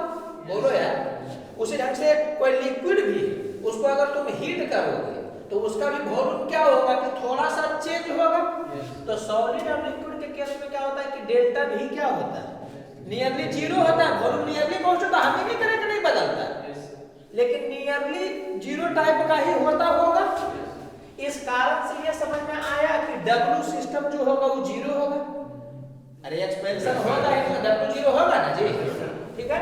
ये समझ में आ रहा है आपको कि Q equal to delta U plus W ये एनर्जी कंजर्वेशन है, ये सॉलिड लिक्विड गैस सब के लिए वैलिड है। Q equal to delta U plus W ये एनर्जी कंजर्वेशन है, तो ये सॉलिड लिक्विड गैस सब के लिए वैलिड है। ये बात समझ में आ रहा है ना जी। तो अगर सॉलिड और लिक्विड को हीट करते हैं और वॉल्यूम में चेंज नहीं होता है, नहीं भी देगा तो मानना पड़ेगा कि उसके वॉल्यूम में चेंज नहीं हुआ है, समझ में आया। तो W का वैल्यू जीरो हो जाएगा तो Q का वैल्यू डेल्टा U होता है। तो हम क्या बोलना चाह रहे हैं कि इतना कहानी नहीं सोचोगे तो तुमको सीधे याद रखना है कि सॉलिड और लिक्विड के केस में जब भी वॉल्यूम चेंज के बारे में नहीं बात करता है तो Q का वैल्यू डेल्टा U के बराबर हो जाता है, और Q का वैल्यू ms डेल्टा T होता है, वो भी ms डेल्टा T होगा। कोई दिक्कत लग रहा है। और ये भी ध्यान रखिएगा कि Cp बराबर होता है किसके, Cv के। एक्चुअली में Cp और Cv का यही से रिलेशन आता है, समझ में आ रहा है कि नहीं। आपको केवल याद रखना है, यहां से करके बता सकते हैं, लेकिन आप सीधे याद रखिएगा इसको कि Cp का वैल्यू किसके बराबर होता है, Cv के बराबर होता है। आइडियल गैस के केस में Cp और Cv बराबर नहीं होता है, अलग अलग होता है। बोलो यार, बोलो। Yes sir. अच्छा एक चीज पूछ रहे हैं, थ्योरेटिकल क्वेश्चन पूछेगा कि Cp और Cv आइडियल गैस का टेम्परेचर पर डिपेंड करता है कि नहीं, करेगा रे, तब ना हाई टेम्परेचर पर वाइब्रेशनल वाला जुड़ जाता है। Yes sir. जनरली अगर बोलेगा कि टेम्परेचर इतना से इतना हुआ तो हम लोग Cv को कांस्टेंट ही मानते हैं। बोलो जी। लेकिन अगर जो थ्योरेटिकल क्वेश्चन पूछ देगा या टेम्परेचर में बहुत का गैप कर देगा, माने 100 है या कर दिया है 4000, तो इसका मतलब वो खेल रहा है Cv के बदलने का। बात समझ में आ रहा होगा। तो थ्योरेटिकल क्वेश्चन पूछा है कि Cp और Cv टेम्परेचर पर डिपेंड करता है कि नहीं, तो यस करता है। बोलो यार। अभी हम उधर नहीं जाना चाह रहे हैं, बस खाली हम एक बार गुजार दिए आपके नजर से। अभी हम इसमें इंटरेस्टेड हैं कि सॉलिड और लिक्विड के केस में वॉल्यूम चेंज का बात नहीं करेगा, ठीक है। तो आपको खुद समझ जाना है कि डेल्टा V का वैल्यू जीरो ही होगा और Q का वैल्यू डेल्टा U होगा, Cv का वैल्यू Cv होगा, ठीक है। और Q का वैल्यू ms डेल्टा T है, तो कॉमन चीज है, ठीक है। अब हम कुछ एग्जांपल से गुजारेंगे ना तो आपका कांसेप्ट खुल जाएगा, ठीक है। जेईई मेन में भी पूछे हुए हैं, एक आगे कोई नीट में भी पूछे हुए होगा और कुछ नहीं भी पूछे हुए होगा, तो हम सब टाइप को कवर कर दे रहे हैं यहाँ तक, समझ आ रहा है। ये लास्ट लेक्चर चल रहा है हीट यूनिट का, मतलब फिजिक्स वाला बता रहे हैं, थर्मोकेमिस्ट्री देखो बाकी है ये। बोलो यार। तो मैंने जो भी थोड़ा बहुत कुछ है ना वो हम बोल देना चाह रहे हैं। तो देखो यहाँ क्या लिखा हुआ है कि if nothing is given about volume change for solids and liquids during heating. यहाँ पर फेज चेंज के बारे में भी नहीं बात कर रहे हैं, फेज चेंज को भी हम लोग पकड़ेंगे, लेकिन फेज चेंज के बारे में अभी नहीं बात कर रहे हैं। तब हम लोग क्या मानते हैं कि डेल्टा V जीरो है, इसका मतलब यही वाला कहानी वो समझ में आ रहा होगा। अब क्वेश्चन को देखो, 200 gram water is heated from 40 degree Celsius to 60 degree Celsius ignoring the slight expansion of water. ये क्वेश्चन में दिए हुए कि डेल्टा V 0 है, या नहीं भी देता तो आपको मानना पड़ता। समझ में आया? The change in its internal energy is close to. अब ये किस में होगा क्या ना कि बच्चा सोचने लगेगा कि अरे यार इंटरनल एनर्जी तो NCV डेल्टा T के बारे में सोचेगा, फिर सोचेगा CV नहीं दिया हुआ, तो वो गैस के लिए ना था जी, आइडियल गैस के लिए। बोलो जी, तो इसमें कैसे सोचना है? तो डेल्टा U पूछा है लिक्विड के केस में, तो बराबर हो जाएगा Q के, और Q का वैल्यू कितना होगा? तो MS डेल्टा T होगा। बोलो, तो MS डेल्टा T था, M 200 ग्राम है, बताए थे ना कि इसको ग्राम में करिएगा तो ये भी जूल पर ग्राम में ही आना चाहिए, तो ये ग्राम में है, तो इसको भी हम लोग क्या किए कि ग्राम में ला दिया। यहाँ देखो इतना जूल, ये तो ऐसा ही बैठे है, और नीचे में केजी है, तो केजी को 1000 ग्राम कर देता कि ग्राम से ग्राम तक जाए। समझ रहे हो? तो उसको फिर चर्चा कर रहे, इसको अभी समझाएंगे नहीं। तो MS इनटू डेल्टा T, इसको डील कर लिए थे, इतना आ गया, तो इतना ही करना था, तो ये वाला आंसर हो गया। कोई दिक्कत लग रहा है? ये समझ में आया कि इस क्वेश्चन में आपको एक बार दोबारा चेक करना चाहिए था कैलकुलेशन। क्यों? नहीं, अरे बताए थे लेकिन अब डेसिमल का केवल अंतर रहता है, एक बार सोच लेते हैं। यही सब चीज गलती करवाएगा वहां पर। हम ये नहीं बोले तुमसे गलती हो जाएगा पहला बार, या तो करो तो एकदम आराम से करना, डबल टाइम देकर। समझ में आ रहा है कि नहीं? क्योंकि ऑप्शन जब भी ऐसा देगा ना तो 10 कहने वाले होगा, लोचा हो जाएगा। अरे बोलो जी। फिर इसी ढंग का क्वेश्चन दिया है कि 100 ग्राम वाटर है जो कि हीट किया गया 30 से 50 डिग्री सेल्सियस तक, तो आपको बताना है कि चेंज इन इंटरनल एनर्जी क्या है। हालांकि इसमें भी दे दिया था कि वॉल्यूम चेंज को आप नेगलेक्ट करिए, लेकिन वो नहीं भी देगा तो यही मानना है। ये बात समझ में आ रहा है? तो आप समझ ही रहे हो कि डेल्टा U का वैल्यू फिर से कर दिए Q। हमेशा डेल्टा U का वैल्यू Q नहीं होता है, गैस वाला नहीं लगा देना। तो समझ में आ रहा है ना? गैस वाले में कब होगा? जब वर्क 0 होगा, माने आइसोकोरिक प्रोसेस में। बोलो जी। लेकिन सॉलिड और लिक्विड वाला में जब तक फेज चेंज नहीं है, ऐसे ही सोचेगा। फेज चेंज वाला बता रहे हैं, फिर कंक्लूजन हम ड्रा कर लेंगे। तो डेल्टा U का वैल्यू Q हो गया, MS डेल्टा T डील कर दीजिएगा, तो चला है। अरे कुछ नहीं, M का वैल्यू, अच्छा देखो जानबूझ करके ऐसा किए हैं क्योंकि एगो में ग्राम में रहने दिए, तो इसको भी नीचे में ग्राम ला लिया ताकि कट जाए। और इसमें ऐसा भी कोई कर सकता है कि केजी में ला लिया मास को, तो S फिर केजी वाला में ही नीचे में रहेगा। समझ में आ रहा है? इनटू डेल्टा T हो गया। अगर कैलोरी में था तो 4.2 से डिवाइड करके करते। बात समझ में आ रहा होगा? तो इसमें कैलकुलेशन करिएगा तो 1.4 किलो जूल आ जाएगा। हम करके कहे रख दिए कि हमको मेन कंसेप्ट सिखाना, ठीक है? कि अगर सॉलिड, ये तो लिक्विड का दोनों जगह पर दिया, सॉलिड में भी देता टेम्परेचर चेंज वाला में डेल्टा U पूछता तो Q ही जाता। कोई दिक्कत लग रहा है? तो एक्चुअली में जो दे रहे हैं हीट एनर्जी, वो हो क्या रहा है? तो जैसे जैसे हीट एनर्जी आप दे रहे हैं ना, तो वर्क में तो खर्च नहीं हो रहा है, ये टेंडिंग टू जीरो टाइप का खर्च हो रहा है, बहुत कम। 50,000 दिए तो 2-3 जूल है जो कि वर्क में खर्च हुआ होगा, थोड़ा बहुत एक्सपेंड हुआ होगा। तो बोलो यार, बाकी हुआ है कि जो दे रहे हो ना एनर्जी, वो मॉलिक्यूल के वाइब्रेशन को बढ़ाने में जा रहा है। एनर्जी गायब नहीं हो जा रहा है, लेकिन मॉलिक्यूल के वाइब्रेशन को बढ़ा रहा है, एम्पलीट्यूड भी बढ़ा दिया होगा, तो वही तो इंटरनल एनर्जी का बढ़ना होगा। फीलिंग हो रहा है? चलो अब इस क्वेश्चन को समझिएगा। दिया हुआ है कि when 1 kg water heated by 10 degree Celsius, its volume increases by this. Find change in internal energy of water. बात समझिएगा।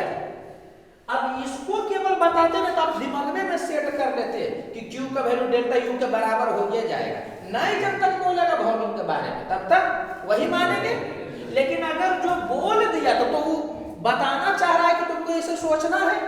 बोलो यार, तो फर्स्ट लॉ ऑफ थर्मोडायनामिक्स तो लगभग करेगा। अभी नहीं चिल्लाने लगोगे कि तो आइडियल केस के लिए, सबके लिए नहीं।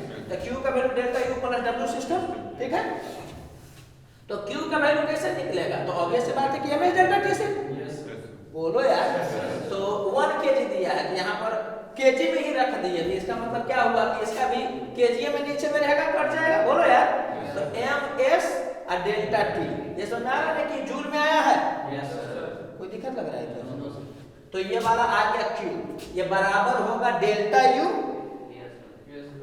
Plus W system a delta U equal to n C v delta T. मुंह से तलाक से निकलेगा गैस के केस में, आइडियल गैस के केस में, बाकी में मुंह से इसीलिए निकाल देना एनसीवी डेल्टा टी। बात समझ में आ रहा है? इसीलिए तो हम लिखे हैं आज कि कम से कम जो सट्टल होगा ना कंसेप्ट का वो अलग अलग हो जाए। बोलो यार, तो समझ में आया कि इसमें कोई बच्चा नहीं लिख देगा एनसीवी डेल्टा टी डायरेक्ट। समझ में आ रहा है? तो Q का वैल्यू हो गया इतना, तो बराबर होगा किसके, delta U plus W system.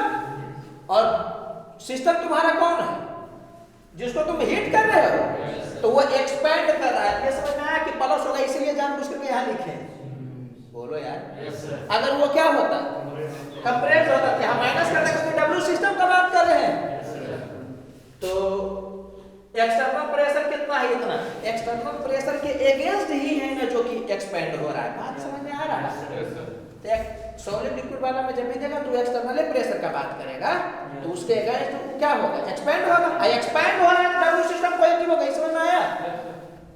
तो कितना हो जाएगा P, ये समझ आया ना कि इसको ये जूल में है, हम इसको भी जूल में लाना चाहते हैं, इसको भी असाइनमेंट में लिखेंगे। तो 1 बार हो गया ना पास्कल इनटू डेल्टा V, तो कह रहा है इंक्रीजेज बाय दिस, तो 10 सेंटीमीटर क्यूब, तो सेंटीमीटर का जब लिखो तो -2 मीटर का क्यूब। तो ये वाला होगा कि नहीं होगा? यूनिट में नहीं गड़बड़ होना चाहिए, इसलिए तो A to Z चीज लिख करके हम बता रहे हैं। समझ में आ रहा है? तो मेंटल प्रॉब्लम में यह सब गलती हो सकता है। तो देखो इसको सोल्व करोगे तो इतना आएगा, तो इतना आएगा, तो ये वाला कहानी हुआ। तो ये एकदम जीता जागता प्रमाण है कि कोई भी लिक्विड को अगर आप हीट करिए, तो देख रहे हो दिए हुए इतना एनर्जी, जिसमें से मात्र एक जूल, माने 48,840 में से एक जूल जो है वो किसमें गया है, वर्क में गया है। समझ आ रहा है कि नहीं? बाकी पूरा का पूरा किसमें चल गया, इंटरनल एनर्जी। इसलिए क्या है कि जब तक वो वॉल्यूम के बारे में बात नहीं करता तब तक हाँ मतलब वर्क को 0 मान लेते हैं। लेकिन ये समझ में आ रहा है कि ऑप्शन में ये अगर ये क्वेश्चन देगा तो ऑप्शन में उसको अधिकार है ये भी सेट करने का, ये भी सेट करने का, तो वो वाला आंसर जाएगा। Yes sir. समझ आया कि नहीं? अगर वॉल्यूम का बात नहीं करता तब फिर ये वाला आंसर हो जाता। Yes sir. समझ में आ रहा है? तो एक बार वॉल्यूम का चर्चा नहीं करेगा तो ये सही आंसर होगा, अगर वॉल्यूम का चर्चा कर दिया तो गलत आंसर हो जाएगा। Yes sir. बात समझ में आ रहा है? कोई दिक्कत लग रहा है? अब यहां पर थोड़ा समझिएगा, यहां भी कुछ सिखाना चाह रहे हैं, फिर फिजिकली फील करवाएंगे। यह समझ में आया ना कि अगर पूछा है कि सॉलिड का टेम्परेचर बढ़ रहा है या लिक्विड का टेम्परेचर बढ़ रहा है, तो जो आप एनर्जी दे रहे हैं तो वर्क में वो नहीं जा रहा है, तो जा कहां रहा है? इंटरनल एनर्जी चेंज कर रहा है। इंटरनल एनर्जी चेंज का फीलिंग क्या है कि अगर सॉलिड है तो वाइब्रेशन है जो कि मतलब एम्पलीट्यूड है जो कि बढ़ गया होगा, जो मॉलिक्यूल वाइब्रेट कर रहा होगा उसका। और लिक्विड वाला में क्या हो गया होगा कि वो ज्यादा तेजी से मॉलिक्यूल मूव करने लगा होगा बल्क में ही। बोलो जी। तो ये फीलिंग होना चाहिए, थ्योरेटिकल भी पूछ सकता है। फिर क्या दिया है कि 1 ग्राम वाटर जिसका वॉल्यूम इतना है, ठीक है, is heated at 100 degree Celsius. हम कोशिश किए हैं ना कि लगभग प्रैक्टिकल डाटा लिया जाए ताकि हम उससे कुछ तुमको दिखा सके। तो 1 ग्राम वाटर है जिसका इतना सेंटीमीटर क्यूब वॉल्यूम है, जो जेट होता भी है, ठीक है, is heated at 100 degree Celsius and it becomes vapour, मतलब 100 डिग्री सेल्सियस पर था उसमें हीट किया जा रहा है, तो इसका वेपर का जो वॉल्यूम है वो इतना हो गया। बोलो जी। अगेंस्ट 1 बार प्रेशर, ठीक है। तो आपको बोल रहा है कि चेंज इन इंटरनल एनर्जी बताइए। तो Q का value delta U plus W system क्यों लिखेंगे, समझ में आया? क्योंकि यहाँ वॉल्यूम का चर्चा किया। बोलो जी। अगर आइडियल गैस रहता तो फिर हमको एनसीवी डेल्टा टी का बहस रहता है। ये आइडियल गैस नहीं है इसीलिए इधर जाना पड़ेगा। तो ये ध्यान रखना, आइडियल गैस के अलावा कभी भी किसी चीज का इंटरनल एनर्जी का चर्चा करेगा तो Q equal to delta U plus W से बढ़ोगे। बोलो जी। और इसी को केमिस्ट्री में लिखा जाता है delta H equal to delta U plus P delta B। समझ में आ रहा है कि नहीं? एक के बात है, लेकिन खैर हम फिजिक्स से कर रहे हैं। तो फेज चेंज हो रहा है तो Q का वैल्यू ml करोगे, 100 डिग्री सेल्सियस पर ही चेंज हो रहा है, तो ml करोगे Q का वैल्यू। और डेल्टा U तुम निकाल नहीं सकते डायरेक्ट, ये याद रखना कि सॉलिड लिक्विड में तुम डायरेक्ट डेल्टा U नहीं निकाल सकते एनसीवी डेल्टा टी से। तुमको Q का सहारा लेना पड़ेगा, W का सहारा लेना पड़ेगा। बोलो यार। वॉल्यूम के बारे में नहीं बात करेगा तो W 0 होगा, इस कारण से Q के बराबर होगा, डायरेक्ट नहीं निकल रहा है वो, ये समझ में आ रहा है ना, दिमाग में सेट करना, बार बार बोल रहे हैं कि डेल्टा U का दो रास्ता, गैस है तो है ये आइडियल गैस, गैस नहीं है तो आप डायरेक्ट नहीं निकाल सकते, दिमाग में ये सेट करिए, फर्स्ट ऑफ थर्मोडायनेमिक्स से आएगा, समझ में आया? तो Q का वैल्यू ml हो गया, क्यों? फेज चेंज के कारण, और delta U plus W system, तो W सिस्टम कितना होगा?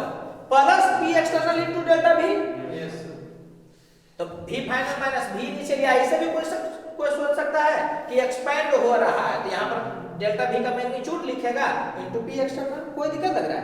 तो P external into delta V, तो फाइनली इतना है, इनिशियल इतना ना था जी, तो डेल्टा V ये हो गया, सेंटीमीटर क्यूब को बतेबे किए कि पहले मीटर में कर दिए 10⁻² और उसका क्यूब कर दिए, बोलो जी।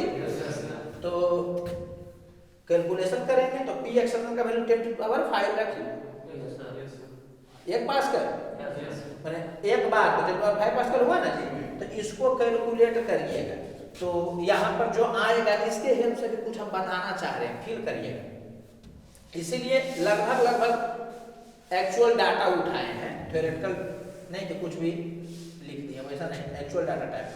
तो इतना का वैल्यू हो गया, इतना प्लस इतना, समझ में आ रहा होगा आपको कि हीट एनर्जी इतना दिए हैं, फेज चेंज जिसमें से इतना पार्ट गया वर्क, तो समझ में आया कि लगभग part change in internal energy किया, तो समझिएगा इवन वॉल्यूम जो है वो बहुत ज्यादा से चेंज हो रहा है, फेज चेंज, यहाँ देखो ना 1 सेंटीमीटर से इतना हो गया, तो बहुत ज्यादा से वॉल्यूम चेंज होने के बावजूद भी लगभग एनर्जी इंटरनल एनर्जी में ही जाता है, वर्क में कम जाता है, बोलो जी। जनरली क्या होता है ना कि बच्चा ये सोचता है कि चलो ठीक है, सॉलिड से लिक्विड गया तो फेज चेंज हुआ तो वॉल्यूम तो कम ही चेंज होगा, लेकिन लिक्विड से वेपर जाएगा तो वॉल्यूम बहुत से चेंज होगा, तो सोचेगा कि लगभग पार्ट क्या हो जाएगा, Q जो देंगे वो वर्क में चला जाएगा ना, समझ आ रहा है?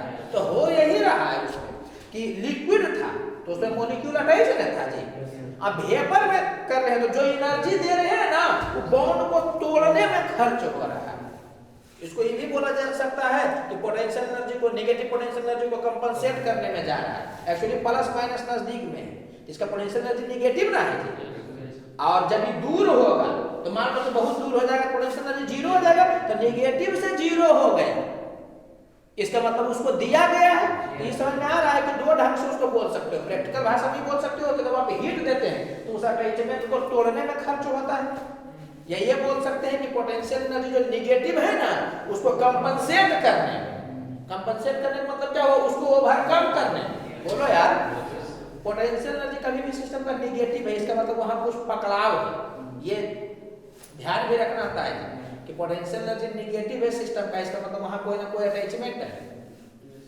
अब फ्रीनेस है तो मिनिमम पोटेंशियल एनर्जी 0 होना चाहिए, पॉजिटिव होगा तो और रिपल्सन टाइप का भी हो सकता है, बोलो जी। तो ये चीज इसलिए दिखाए हैं कि दिमाग में ये थ्योरेटिकल वे में रहना चाहिए क्या कि फेज चेंज भी होगा, वॉल्यूम बहुत से बढ़ेगा, उसके बावजूद भी बहुत सारा हिस्सा है जो कि डेल्टा U लेकर के चला जाता है, समझ में आ रहा है कि नहीं? लेकिन इसमें तुम इसको नेगलेक्ट नहीं कर सकते हो, मैंने है 5% 7% तुम लेता है एनर्जी, 4% 3% जो भी है एनर्जी लेता है, बोलो यार, और जब फेज चेंज नहीं हो तब तो 99.99999% डेल्टा U ले लेता है, W बहुत कम लेता है, बोलो जी। लेकिन जब लिक्विड से गैस में जाएगा तो वॉल्यूम बढ़ता है, उसके बावजूद भी मतलब वर्क में कम ही जाता है, समझ में आया क्या बोले? तो क्या लिखे देखिए, during phase change most of the energy given to system goes to change in internal energy, लेकिन आप ये नहीं बोल दीजिएगा कि इंटरनल एनर्जी चल गया, इतना देर से हम क्या समझा रहे हैं ये समझिएगा, दो केस है, सॉलिड लिक्विड के बारे में बात कर रहे हैं, गैस का तो अलग चीज में पढ़े हैं जी, आइडियल गैस का। सॉलिड लिक्विड के केस में दो चीज होगा, आप हीट करिएगा तो फेज चेंज होगा और फेज चेंज नहीं होगा, ठीक है। तो फेज चेंज नहीं होगा तब तो वॉल्यूम बहुत कम से चेंज होगा, तो जब तक बात नहीं करेगा तब तक वॉल्यूम चेंज को जीरो मानेंगे, माने वर्क जीरो हो गया, तो जो भी आप हीट दे रहे हैं मान लेंगे इंटरनल एनर्जी में चला गया। बोलो यार। लेकिन अगर जो वॉल्यूम चेंज का चर्चा कर देगा, थोड़ा सा भी चर्चा अगर कर दिया, तब आपको first law thermodynamics Q equal to delta U plus W system से आगे बढ़ना पड़ेगा। समझ में आया?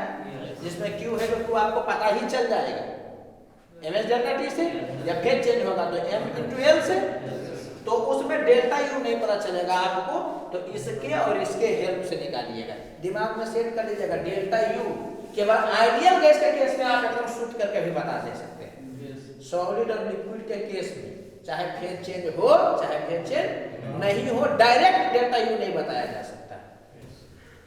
समझ आया कि नहीं? उसको कैलकुलेट करेंगे, तो यही चीज ओवरऑल इसमें समझाना ही था। अब खाली हम थोड़ा सा फीलिंग दे रहे हैं कि क्या होता है।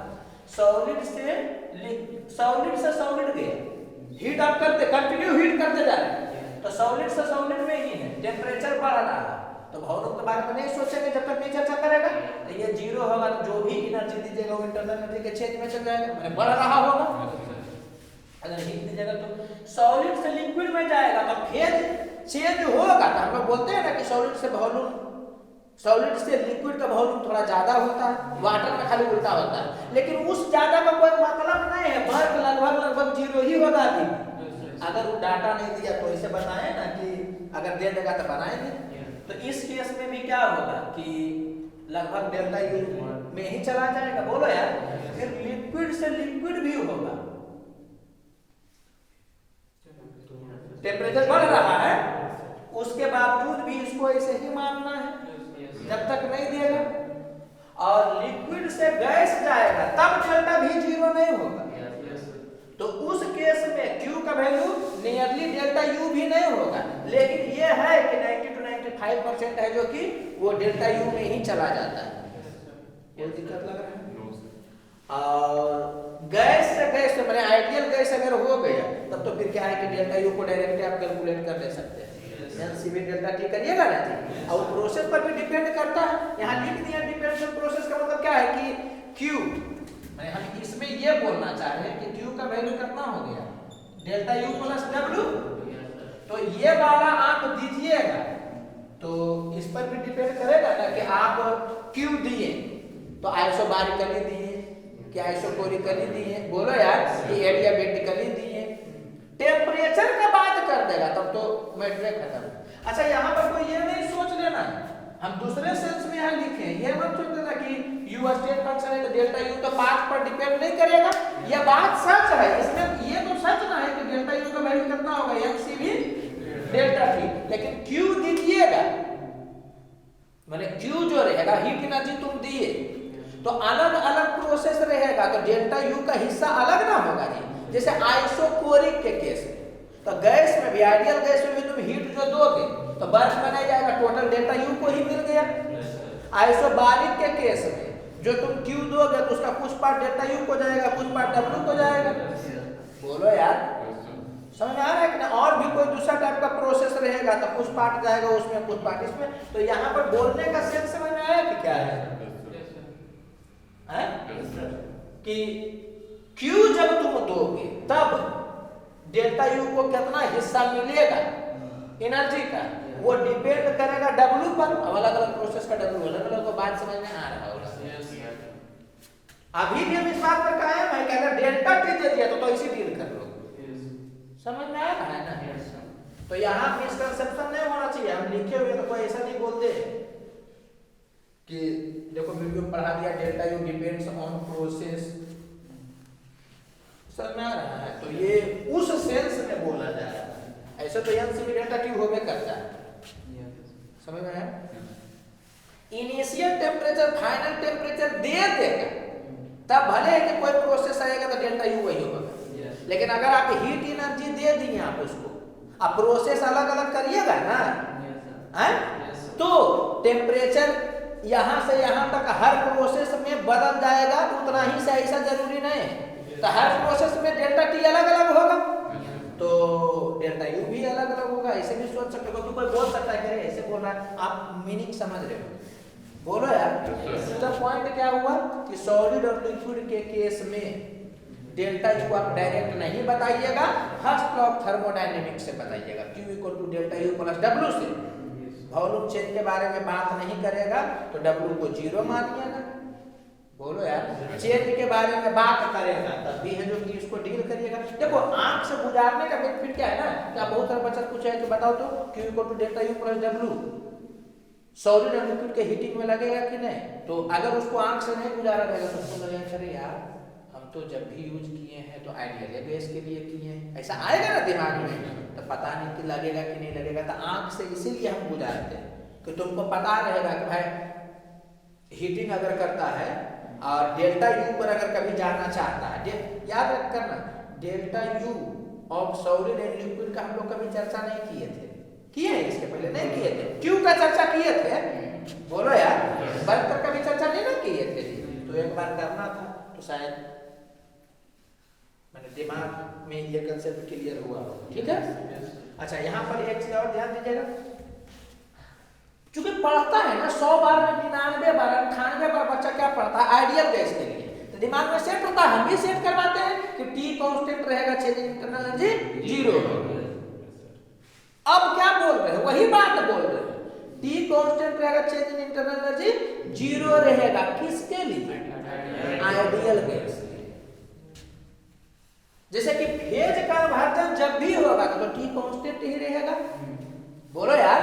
तो अगर ये बात हम नहीं बताते, तुमको बोलता कि फेज कन्वर्जन हो रहा है, बताओ कि चेंज इन इंटरनल एनर्जी क्या होगा, तुम किसी बच्चा से पूछना 99.9% बच्चा तुमको बोलेगा कि फेज कन्वर्जन, आओ लिख देना तुम कि फेज कन्वर्जन कांस्टेंट टेंपरेचर पर, और तुरंत बोल देगा क्या कि डेल्टा यू 0, तो आइडियल गैस वाला मान देगा। तो एक्चुअली भूल आइए जाता है लोग कि वो केवल आइडियल गैस के लिए, सॉलिड लिक्विड के लिए नहीं। समझ में आ रहा है कि नहीं। तो फेज कन्वर्जन में क्या होता है कि T कांस्टेंट रहने के बावजूद भी इंटरनल एनर्जी चेंज होता है, और वो भी क्या लिखा गया देख लो, तगड़ा ढंग से होता है, देख नहीं रहे हो तुम। फेज चेंज होने के बावजूद भी हीट एनर्जी जो दीजिएगा उसका लगभग पार्ट यही ले लेता है, उसको है जो कि 2-4% 5% मिलता है, बोलो यार। तो आप समझ रहे होंगे, इसलिए लिख दिए हैं कि T कांस्टेंट पर डेल्टा यू आइडियल गैस 0 होता है, सॉलिड लिक्विड या फेज चेंज समझ आ रहा है कि नहीं, उसमें है जो कि दिमाग नहीं लगाना, बोलो जी। तो समझ में आपको आ रहा है। हाँ अगर इधर से भी सोचो तो टेम्परेचर T कांस्टेंट कर दिए, तो T कांस्टेंट कर दोगे तो ये 0 हो जाएगा, तो ये वाला 0 हो जाएगा, अरे बोलो जी। लेकिन फेज चेंज में तो एकदम बिल्कुल नहीं एप्लीकेबल होगा, समझ आ रहा है। फेज चेंज हमेशा क्या होता है, कांस्टेंट टेम्परेचर पर होता है ना जी, टेम्परेचर तो एकदम फिक्स ही कांस्टेंट रहना चाहिए, बोलो जी। तो उसके बावजूद भी डेल्टा यू देखो है जो कि चेंज होता है। क्या लग रहा है कि इसका मतलब गलती हो गया, पहले जो पढ़े थे ना हम लोग आइडियल गैस के लिए पढ़े थे, तो जब उसी से क्वेश्चन आता है, लेकिन 2-4 साल में 5 साल में एक आध बार क्वेश्चन सॉलिड लिक्विड से भी डाल देगा, क्योंकि आपको gaseous state, solid state, liquid state तीनों ना पढ़ना है केमिस्ट्री में। अरे बोलो यार, फिजिक्स के लिए अपना इंपोर्टेंस इसे बहुत नहीं रखता है, समझ आ रहा है कि नहीं। क्यों, फिजिक्स में क्या काइनेटिक थ्योरी ऑफ गैसेस है, लिक्विड वाला फिर है पढ़ना, हम नहीं करें पढ़ना, बॉइलिंग पॉइंट तो है ना जी, तो पढ़ना तो है ही है, लेकिन केमिस्ट्री वाला में ज्यादा है, तो शायद आपको ये फील हो गया होगा, समझ आ रहा है कि नहीं। केमिस्ट्री में क्या होता है कि उसको तुम अगर सोचो तो एकदम एग्जैक्ट तुमको बात समझ में आएगा, ऐसे ही भी समझ में आइए रहा होगा। वहां पर नहीं देखते हो लिखता है delta H equal to delta U plus P delta V, तो वो क्या है, वो वाला delta H equal to delta U plus P delta V, वो वाला किसी भी रिएक्शन के लिए, रिएक्शन में भी सॉलिड लिक्विड गैस सब ना रहता है, तो उन सबके लिए वो वैलिड है, नहीं समझ में आ रहा है। तो वो केमिस्ट्री के हिसाब से हमें फिजिक्स के हिसाब से पढ़ा रहे हैं। तुमको क्वेश्चन आएगा तो जैसे बनाओगे बन जाएगा। वहां पर डेल्टा एच का क्या मतलब होता है कि नेट हीट एनर्जी का एक्सचेंज कितना हुआ, यहाँ पर दे दिया। इसको तुम यूज कर सकते हो, डेल्टा एच को delta U plus P delta T. तो डेल्टा एच में हीट का एक्सचेंज तो पता चल जाएगा ही, और delta U plus P delta भी हुआ ना जी, करोगे तो चला। खैर हम लोग सॉलिड और लिक्विड के केस में इसी ढंग से सोच कर डील करें। बात पहुंच गया एकदम कि क्या करना। एक ही पॉइंट बताएं, एक बार फिर से इसलिए बोल रहे हैं कि लग रहा है कि एक बार बोलेंगे तब लगेगा क्या ना बोलेगा। Delta U equal to L C B delta T, यह मुंह खोलकर तुरंत कब बोलेंगे जब आइडियल गैस रहेगा। आइडियल गैस छोड़ के कुछ भी रहेगा तो आप डेल्टा यू एक बार में नहीं निकाल सकते, दिमाग में ही सेट कर लीजिए। किसका सहारा लेंगे तो Q equal to delta U plus W का, या delta H equal to delta U plus P delta T. करो किधर चलोगे तो वहीं तुम पहुंचोगे। बोलो यार, बस इतना ही बताना चाह रहे हैं, ठीक है। और वॉल्यूम का बात नहीं करेगा तो आप समझिए गए हैं उसको जीरो मान के करते हैं।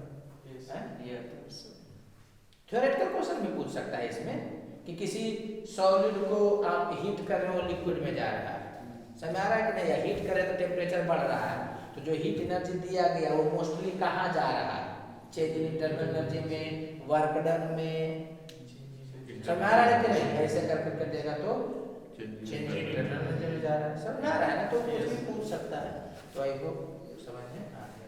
ओके, इधर पहुंच गया ना बात। देखो ये वाला नहीं बताते तो तुमको क्या लगता है कि हाँ कंप्लीट तो हो ही गया थर्मोडायनेमिक्स, लेकिन ये बताने से लगा कि नहीं अब थोड़ा ज्यादा खुला है, समझ रहे हो। तो लास्ट क्लास का इंटेंशन यही होता है कि जो थोड़ा बहुत कुछ है ना उसको क्लियर कर दें, ठीक है। हालांकि मेडिकल में तो बहुत जगह पर हम खुद बचा के चलते, जैसे कि याद करना आपको रटवाए थे ना कि एडियाबेटिक जब एक्सपेंशन होता है तो रिवर्सिबल होता है, इरिवर्सिबल होता है, उसमें एंट्रोपी चेंज वाला में। तो उस समय क्या था कि हम स्पॉन्टेनिटी नहीं पढ़ाए थे, तो सीधे रटवा दिए तो आपको रटिए का काम करना है उसको, जो वहां बताए थे एडियाबेटिक वाला। लेकिन अब आपको एक्सप्लेनेशन मिल सकता है। एडियाबेटिक प्रोसेस है तो डेल्टा एस सराउंडिंग तो जीरो होगा, क्यों? क्योंकि डेल्टा एस सराउंडिंग कैसे होता था, minus Q system by T surrounding, तो क्यू सिस्टम तो जीरो ना है जी, तो डेल्टा एस सराउंडिंग तो जीरो हो गया। बताया था ना कि एडियाबेटिक किसी ढंग का प्रोसेस रहेगा, रिवर्सिबल, इरिवर्सिबल, एक्सपेंशन, कंप्रेशन, किसी भी ढंग का डेल्टा एस सराउंडिंग क्या होगा, जीरो होगा, बताए थे। आप ऐसे समझो कि अगर प्रोसेस रिवर्सिबल है तो टोटल डेल्टा एस जीरो होगा, डेल्टा एस टोटल, रिवर्सिबल में डेल्टा एस टोटल जीरो होता है ना जी। तो एडियाबेटिक रिवर्सिबल एक्सपेंशन है या कंप्रेशन है, तो आप ऐसा समझिएगा कि डेल्टा एस टोटल तो जीरो हो गया, तो अब कौन बचा, डेल्टा एस सिस्टम। तो अगर टोटल जीरो होना है और डेल्टा एस सराउंडिंग जीरो तो हर हालत में डेल्टा एस सिस्टम भी जीरो होगा, याद होगा, बताए थे ना। अच्छा, अगर इरिवर्सिबल प्रोसेस है, इरिवर्सिबल, तो डेल्टा एस सराउंडिंग तो जीरो है, अब प्लस डेल्टा एस सिस्टम ये ग्रेटर देन जीरो होगा। ये कब होगा, जब delta S system greater than zero होगा, चाहे वो एक्सपेंशन हो चाहे वो कंप्रेशन हो। तो वो उतना नहीं आप लोगों को करना, उसको तो पहले याद ही रखना, वो आएगा तो फंसाएगा बच्चा को, क्योंकि बच्चा सुनता है रिवर्सिबल, सॉरी बच्चा सुनता है एडियाबेटिक, वो तुरंत समझ जाता है Q by T Q zero तो डेल्टा एस जीरो, इसीलिए वो केस पढ़ाया था, समझ आ रहा है। वो मिक्सिंग वाला भी पढ़ाया, तो हो गया ना। अब इसके बाद कुछ है नहीं, लेकिन एक दो को प्रॉब्लम खाली ऐसे मन बहलाने के लिए करवा देते हैं कि जेई मेन में पूछे हुए है, तो हो सकता है आपको आ जाए। बड़ा आसान है, नहीं भी बताएंगे तो हो जाएगा, लेकिन बता देने से क्या होता है ना कि आखिर सब गुजरा हुआ रहता है तो आता है उस टाइप का, तो नहीं भी बताएंगे तो सोच करके लोग बना सकता है, लेकिन बता देने से क्या होता है कि आंख से गुजरा हुआ है ना तो आता है तो जल्दी बन जाता है, समझ आ रहा है। तो उस टाइप का अगर आ जाएगा इसमें कुछ तो जरूर बेनिफिट हुआ होगा कंसेप्ट।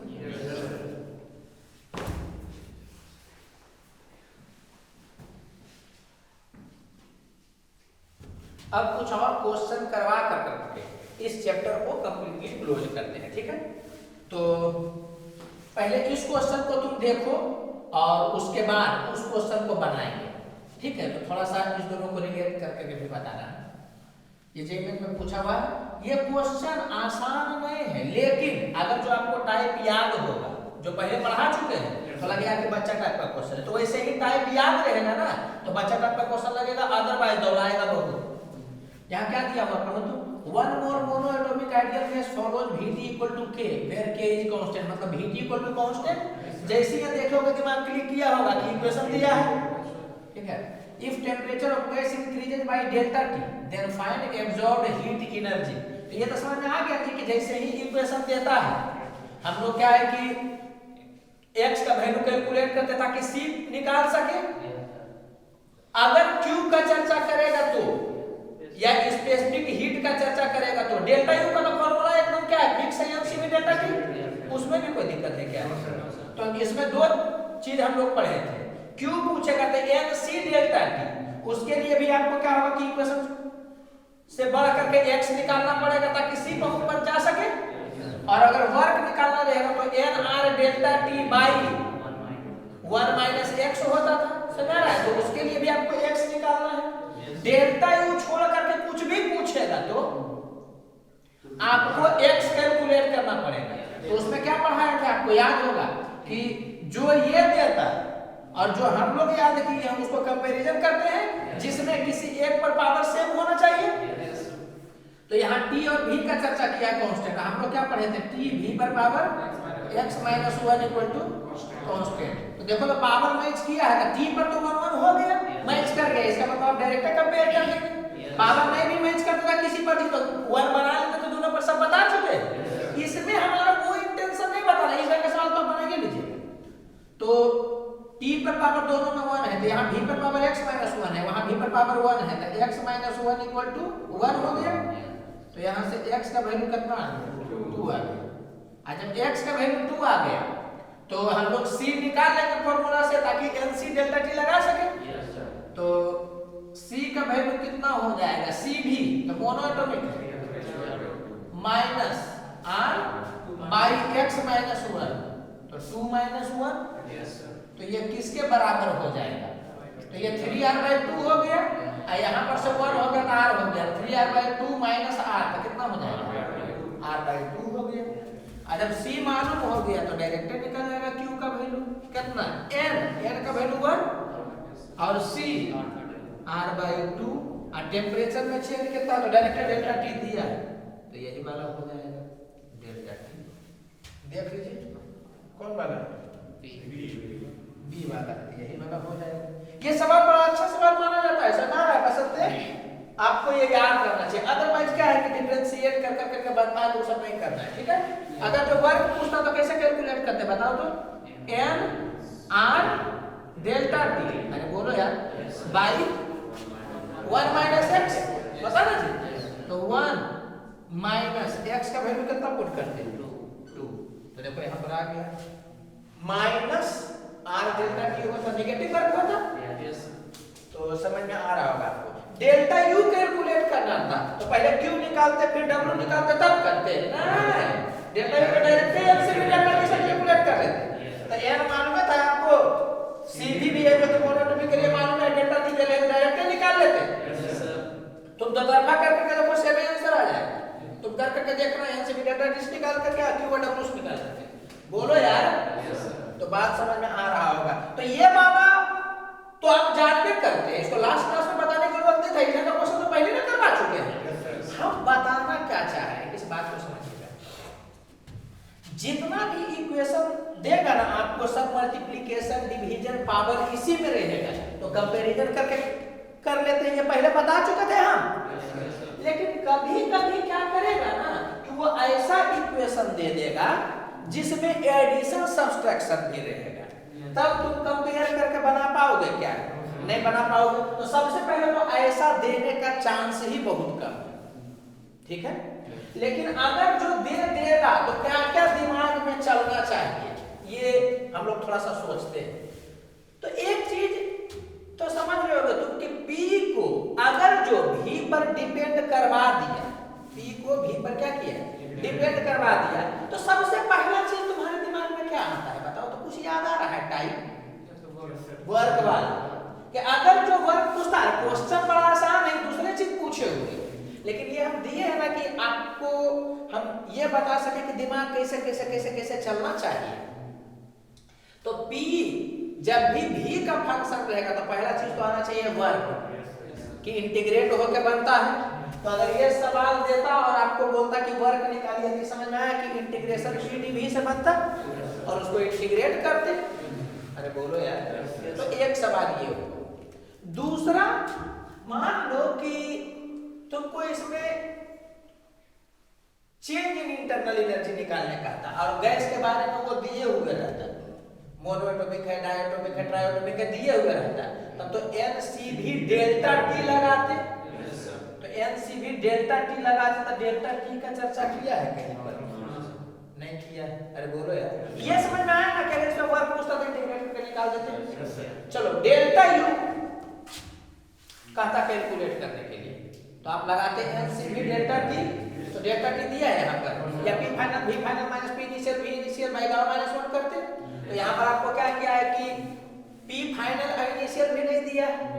तो बताना बस इतना है ना कि कभी भी दो को रिलेट कर दे, जैसे यहाँ P और V को रिलेट किया, ठीक है, P और V को रिलेट किया, और किसी तीसरे के बारे में पूछे, P और V को रिलेट किया और पूछे किसी तीसरे के बारे में, या आपको जानना हो किसी तीसरे के बारे में, जैसे कि डेल्टा T के बारे में जानना हो, बोलो जी, तो आपको समझ जाना है ना कि आइडियल गैस इक्वेशन का सहारा लेना है। तो जैसे कि इसमें प्रेशर V पर डिपेंड कर रहा है, इनिशियल वॉल्यूम और फाइनल वॉल्यूम दे दिया, इसका मतलब तुमको दिमाग में आ जाना चाहिए कि हमको इनिशियल प्रेशर फाइनल प्रेशर में पता चल गया, क्योंकि रिलेटेड ना है।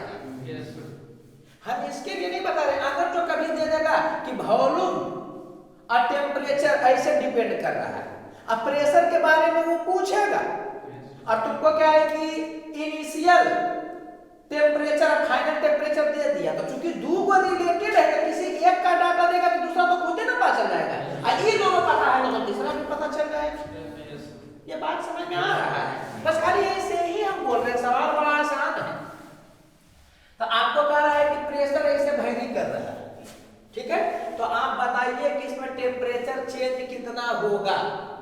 तो ये समझ में आ रहा है आपको कि T final minus T initial ये बराबर हो जाएगा किसके? तो देखो इनिशियल वॉल्यूम और फाइनल वॉल्यूम दे दिया, और इस पर ये डिपेंड कर रहा है, जिसमें मैं कि इनिशियल यहाँ मारेंगे तो इसमें इनिशियल प्रेशर आ जाएगा, और फाइनल वॉल्यूम हम मारेंगे तो फाइनल प्रेशर आ जाएगा। बोलो यार, तो कितना हो जाएगा बताओ? तो T final minus T initial ये बराबर होगा P final V final by NR, होगा कि नहीं होगा? Minus P initial V initial by NR। इसका देखिएगा क्वेश्चन बैंक में ये इतना लंबा सॉल्यूशन दिया है ना, डिफरेंशिएट करके इंटीग्रेट करके फालतू में। तो चलो करते हैं हम लोग 1 बाई NR, तो N का वैल्यू तो 1 हो गया, डायरेक्ट R, इसको कॉमन कर लिया, ठीक है। अब P फाइनल का फाइनल प्रेशर कैसे निकलेगा? इसको यहाँ पुट करेंगे, तो पुट करिएगा तो क्या होगा? P not into 1 minus 1 by 2, और यहाँ पर पुट करोगे तुम 2 भी नॉट, यहाँ 1 बाई 2 ना होगा जी, तो स्क्वायर कितना हो जाएगा?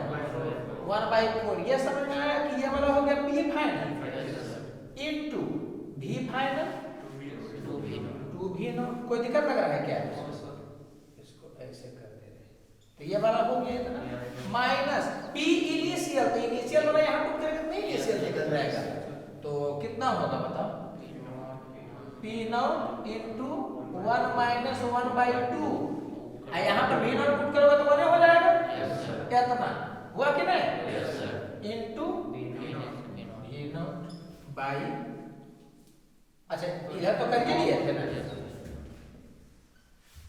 तो क्या हो जाएगा 1 बाई R और यहाँ से कर लीजिएगा यार, ये कितना हो गया 1/8, ये वाला हो गया कितना 7/8, 7/8 और 2 से ही कटिएगा तो 7/4 होगा ना जी। तो 7/4 P0 V0 माइनस ये 1/2 हो जाएगा, तो P0 V0/2 यही ना होगा। तो ये हो जाएगा 1/r। इसको कैसे करिएगा, यहाँ 4 है तो यहाँ 2 कर दीजिए, ये हो जाएगा कितना 5 P0 V0/4। देख लीजिए मैच किया है किसी से, कौन वाला बी वाला, यही वाला आंसर हो जाएगा। ठीक है, समझना हम क्या बोलना चाह रहे हैं। ये सवाल बड़ा आसान था, हालांकि क्वेश्चन बैंक में इसको भी डिफरेंशिएट इंटीग्रेट करके बनाया। सबसे पहला चीज दिमाग में ये सेट करना है ना कि अगर कोई इक्वेशन दिया जिसमें पीवीटी में 2 गो है और तीसरा नहीं है, बोलो यार, तो अगर उसके बारे में पता करना रहेगा ना तो वो हम पहुंच सकते हैं उस पर। तो इसी ढंग का सवाल हो जाए कि इसमें पी और भी को रिलेट किया है और एक को का अगर डाटा दे दिया तो समझना दूसरा भी दे ही है, तो समझना तीसरा भी निकल सकता। पहले ये मन ही में होना चाहिए तुमको कि 2 को रिलेट किया तीसरे के बारे में पूछे। समझना, पहले तो हम लोग पढ़ रहे थे ये दोनों को रिलेट किया भी और टी को, तो तुमको प्रेशर के बारे में पूछ रहा है ये। लेकिन अगर पूछेगा ना तो दिमाग में ये चलना चाहिए कि रिलेट किया है और किसी एक का भी डाटा अगर दे देगा ना तो उसके हेल्प से दूसरा का डाटा निकल जाएगा। अगर 2 को जान लो तो तीसरा तुमको निकल जाएगा। ये माइंड में ही पहले से पता होना चाहिए। बोलो यार, इसका बेनिफिट क्या होगा कि अगर इसी सवाल में बोल देता 1 मोल डायटोमिक गैस, समझ आ रहा है कि नहीं, और उसका क्वेश्चन में पूछ देता find change in internal energy, change in internal energy तुम लगाते हैं NCV डेल्टा T, बोलो, या P final minus P initial V initial लगाते हैं ना जी, बाय गामा माइनस 1। तो उसमें क्या होता है कि अगर डेल्टा T वाला सभी तुमको बनाना रहता है तो ये पता ना चल जाता तुमको कि इसको पुट करेंगे तो वो वाला निकल जाएगा। एक तो क्या हो गया कि V इनिशियल V फाइनल दे रहे हैं, इसको पुट करोगे तो P इनिशियल P फाइनल निकल जाएगा। तो डायरेक्ट प्रॉब्लम आते P final V final minus P initial V initial by gamma minus 1। आया डेल्टा T टाइप का भी पूछता तो आप कैलकुलेट कर लेते, बोलो यार। और वर्क पूछेगा तो इंटीग्रेट करके बनाइए देंगे। क्यों आपसे नहीं पूछेगा इसमें, लेकिन रेयरेस्ट केस में क्यों पूछेगा तो NC डेल्टा T नहीं आ पाएगा क्योंकि वो मल्टीप्लिकेशन टाइप का नहीं है। एकमात्र उपाय इसमें क्या हो जाएगा कि आदमी क्या करेगा, पहले W निकालेगा इंटीग्रेट करके, फिर NCV डेल्टा T से डेल्टा U निकालेगा और दोनों की हेल्प से Q निकालेगा। आपने नहीं पूछेगा, अगर पूछता तो कम से कम दिमाग खुला रहना चाहिए। अब आपको लग रहा होगा कि ये एग्जाम्पल क्यों दिए, तो हम ये एग्जाम्पल इसलिए दिए ताकि आपके आंख से इस टाइप का क्वेश्चन गुजरा हुआ रहे कि पीवीटी में 2 को रिलेट कर करके तीसरे के बारे में पूछता है ना, तो पहले इसी में से जिसका डाटा दे देता है उसके हेल्प से हम दोनों को पता कर लेते हैं, अब उसके बाद तीसरा पर पहुंच जाते हैं। बस यही बताना था हमारा इंटेंशन इस क्वेश्चन की हेल्प से। अगर डेल्टा U पर भी जाएगा तो इसे कर लेंगे, तो जानिए रहे, बोलो यार। इसमें एक बड़ा अच्छा क्वेश्चन ये भी हो सकता था कि पूछता वर्क क्या होगा, तो इंटीग्रेट होकर के बनता है, समझ में आ रहा है। कह रहा है कि स्पेसिफिक हीट है जो वेरी कर रहा है ऐसे, तो नीट उनको जब भी पढ़ाते हैं ना तो हम स्पेसिफिक हीट को वेरी नहीं करवाते, कांस्टेंट रहता था। तो ऑब्वियस सी बात है कि Q का वैल्यू mx डेल्टा T मार देते थे। अब वेरी करेगा तो बस खाली यही याद रखना है कि Q का वैल्यू कितना हो जाएगा, इंटीग्रेशन mx dt हो जाएगा T1 से T2 तक। तो बस ये भी तुम जानते ही हो, खाली ऐसे कर दे रहे हैं। तो m का वैल्यू हो गया 4। देखो यूनिट नहीं लिखा है, इसको तो मान लो कि ऐसा यूनिट में, समझे। तो m s का वैल्यू हो गया 2t into 10 to the power minus 4 1 है into dt। कहाँ से कहाँ था 200 से 400 कर लोगे इसी को। तो ये 8 into 10 to the power minus 4 तो बाहर निकल गया। फिर d dt है, तो d dt का होगा t स्क्वायर बाई 2 होगा ना, तो उसका 2 तुम इधर ला लीजिए। अब अंदर में कौन बचा t स्क्वायर, t स्क्वायर कितना होगा, इसका स्क्वायर करोगे तो इतना माइनस इसका स्क्वायर करोगे तो कितना होगा। कोई दिक्कत लग रहा है क्या, तो ये तो समझ में आ ही रहा होगा आपको। ये 4 जीरो कॉमन होकर के ये कैंसिल हो जाएगा। अरे बच्चा डाटा है, बस खाली वो इंटीग्रेशन का कर दिए, मन लगा रहा। तो ये हो गया 4, आई हो गया 48, इतना ही हुआ। जो भी होगा ये किसका ऐसा जूल होगा, अगर जो ये ऐसा में लिख देता तो ठीक है, कोई दिक्कत लग रहा है। ये क्वेश्चन देखिए, बड़ा प्यारा सा क्वेश्चन है। कभी आग या मतलब आग लगा देने वाला होगा, देखना गलती 50 कैसे होगा। हालांकि अभी चर्चा थोड़ा सा किए भी थे। For 1 mole diatomic ideal gas find change in internal energy. और टेम्परेचर कह रहा है कि यहाँ से इतना हो गया या यहाँ से इतना हो गया, तो राउंड मेथड इसका क्या होगा? देखो जो जनरली बच्चा बनाएगा जैसे ही बोलेगा वो आइडियल गैस, इसीलिए आप सब गुजार रहे हैं कि गुजरा रहेगा तो बच जाओगे। क्या होगा? डेल्टा यू का वैल्यू एन सी भी डेल्टा टी, तो एन का वैल्यू हो गया 1 और सी भी का वैल्यू डायटोमिक, तो कितना मारेगा 5/2 इनटू डेल्टा टी। तो फाइनल इतना है, इनिशियल इतना है। एक बात बता रहे हैं, जो भी समझ आ रहा है कि नहीं? तो ये गलत हो गया, समझ में आ रहा होगा काहे? क्योंकि यहाँ पर एक चीज समझना, टेम्परेचर में जब 200 degree Celsius, 400 degree Celsius, 500 degree Celsius तक भी अंतर रहेगा ना, ठीक है, ऊपर जाने में, ज्यादा होने में, तो क्या है कि आपको ये समझ जाना है कि सी भी नहीं बदलेगा, लेकिन जब ज्यादा कर देगा, माने 2000 से ज्यादा टेम्परेचर पर जाने लगेगा, और इधर साइड में क्या है कि 50, 60, 50 केल्विन, 40 केल्विन से कम पर जाने लगेगा, तब समझना कि दूसरा खेल खेलना चाह रहा है। समझ आ रहा है? तो ये क्वेश्चन इसीलिए दिया गया है। बार बार यही नहीं सोचना, लेकिन जब अंतर देखोगे ना तो पकड़ना। बोलो यार, ये ज्यादा कम ना टेम्परेचर हो गया, 50 केल्विन से जब कम होने लगे तो दिमाग में चलना चाहिए कि सी भी अपना रूप लेने लगेगा, टेम्परेचर में वेरिएशन रहता है। समझ में आ रहा होगा तुमको? तो पहला कैसे बनवेंगे हम लोग? डेल्टा यू तो हो जाएगा you final minus you initial, तो इसमें एन सी भी डेल्टा टी नहीं लगेगा। बात समझ में आया? तो आप फाइनल एनर्जी निकालिएगा, तो एन तो हो गया 1 और सी भी, तो इस टेम्परेचर पर सी भी कितना होगा था? पहले कितना होता था सी भी आपका?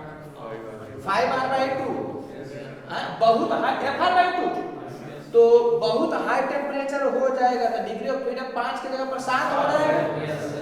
समझ में आ रहा होगा? तीसरा क्या है कि ये हो जाएगा कितना? 7R/2 इंटू टी का वैल्यू 4200 केल्विन में माइनस एन और सी भी, एन सी भी टी होता है ना जी, डेल्टा यू एन सी भी डेल्टा टी होता था। कब तक? जब तक सी भी नहीं बदलेगा। यहाँ सी भी बदल जाएगा, तो एन और सी भी का वैल्यू कितना हो जाएगा इस टेम्परेचर पर? इस टेम्परेचर पर, अरे पहले ऐसे ना सब आए तो उस पर तो नॉर्मल है ना होगा। अरे 0 से 1000 के बीच नॉर्मल है मानते हैं, 0 से नहीं, मैंने समझो, मैंने ऐसे समझो कि 60-70 केल्विन से लेकर के 1000 केल्विन तक, 1500 केल्विन तक नॉर्मल ही मानते हैं। तो कितना हो जाएगा? 5R/2 और टी कितना है? इसको कैलकुलेट कर जाएगा, जगह नहीं हमको दूसरा भी लिखना है। बस इसमें यही बताना था ना कि जब बहुत हाई पर चल जाएगा या बहुत लो पर चल जाएगा, इसका मतलब दूसरा खेल खेला, आपको समझ लेना।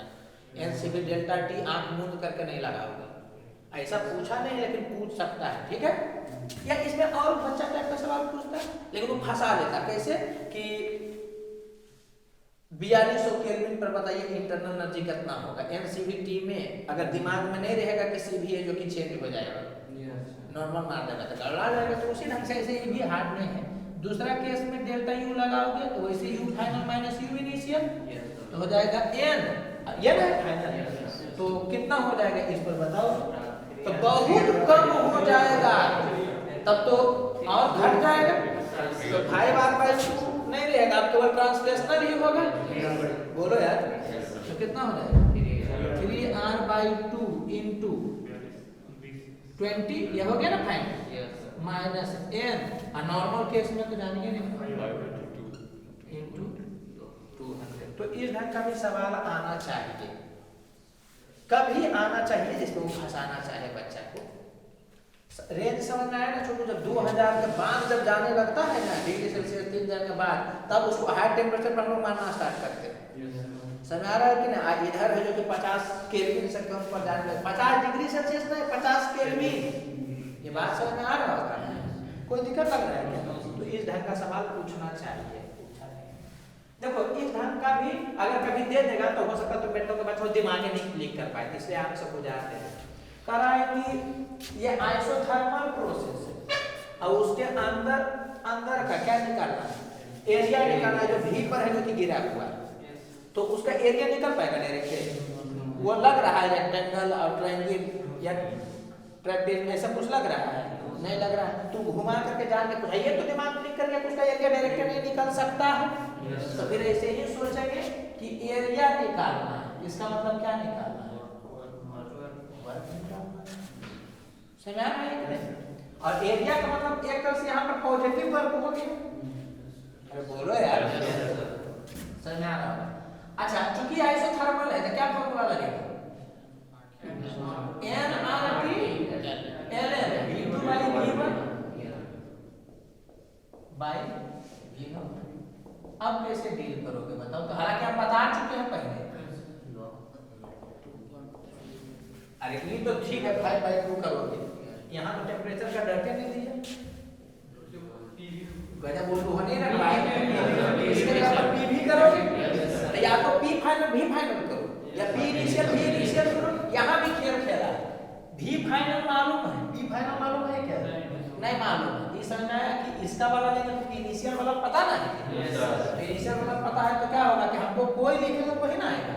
तो यहाँ पर कितना हो जाएगा पी के हिसाब से? कोई दिक्कत लग रहा है? ln 2.5 नहीं जानते हो तो 2.303 ऐसे कर दोगे तो कैलकुलेशन में 2.3 रखना, ठीक है? और कितना हो जाएगा यहाँ पर? log 5/2 इसको करेंगे log 5 minus log 2 बेस में 10 बन गया। बात समझ में आ रहा होगा आपको? इसको 2.3 लिखेंगे, 2.303 नहीं कैलकुलेशन में कोई दिक्कत लग रहा है क्या? हैं? तो यही हम बताना चाह रहे हैं इससे कि पहले तो पूछते हैं कि इसका एरिया बताओ। अच्छा इसी एरिया में देखना नहीं तो कुछ ऐसा कर्व है कि तुम नहीं जानते। समझ आ रहा है कि नहीं? तो आपको समझ जाना है कि कहीं ऐसा नहीं कि वर्ग तर्क से करेगा तो ऐसे करेंगे। बाकी सब कुछ पहले से रटल रहना चाहिए कि nRT के बारे में नहीं पता रहेगा तो पीवी होगा। पीवी में कोई को पकड़ लोगे, पी इनिशियल भी इनिशियल या पी फाइनल भी फाइनल का है क्या? आइसोथर्मल है। अब यहाँ पर देख लो कि फाइनल वाला में उसको बात किया देवे नहीं किया तो इनिशियल वाला से पकड़ लेंगे। एक क्वेश्चन आप में ऐसा भी आ सकता है कि ये आइसोथर्मल प्रोसेस है तो बताइए इस पॉइंट का प्रेशर कितना है? तो आइसोथर्मल है तो सब जगह पीवी सेम होगा। इसका पीवी मालूम है तो इसका भी पीवी मालूम चल जाएगा। तो इसका पीवी मालूम ना 3.5 V0 तो इसका भी हो जाएगा 2.5 V0 इनटू यहाँ पर P डैश जो भी होगा तो उससे P कैलकुलेट होगा। तो ऐसे भी करके कभी पूछ सकता है। समझ में आ रहा है? तो आप सब बुझा दे रहे हैं कम से कम चले दिमाग के। हाँ ठीक है, ये भी देखो जेईई में पूछेगा, कुछ नहीं बड़ा आसान है। एक गैस जो कि एडियाबेटिकली एक्सपेंड कर गया, समझ आ रहा है कि नहीं?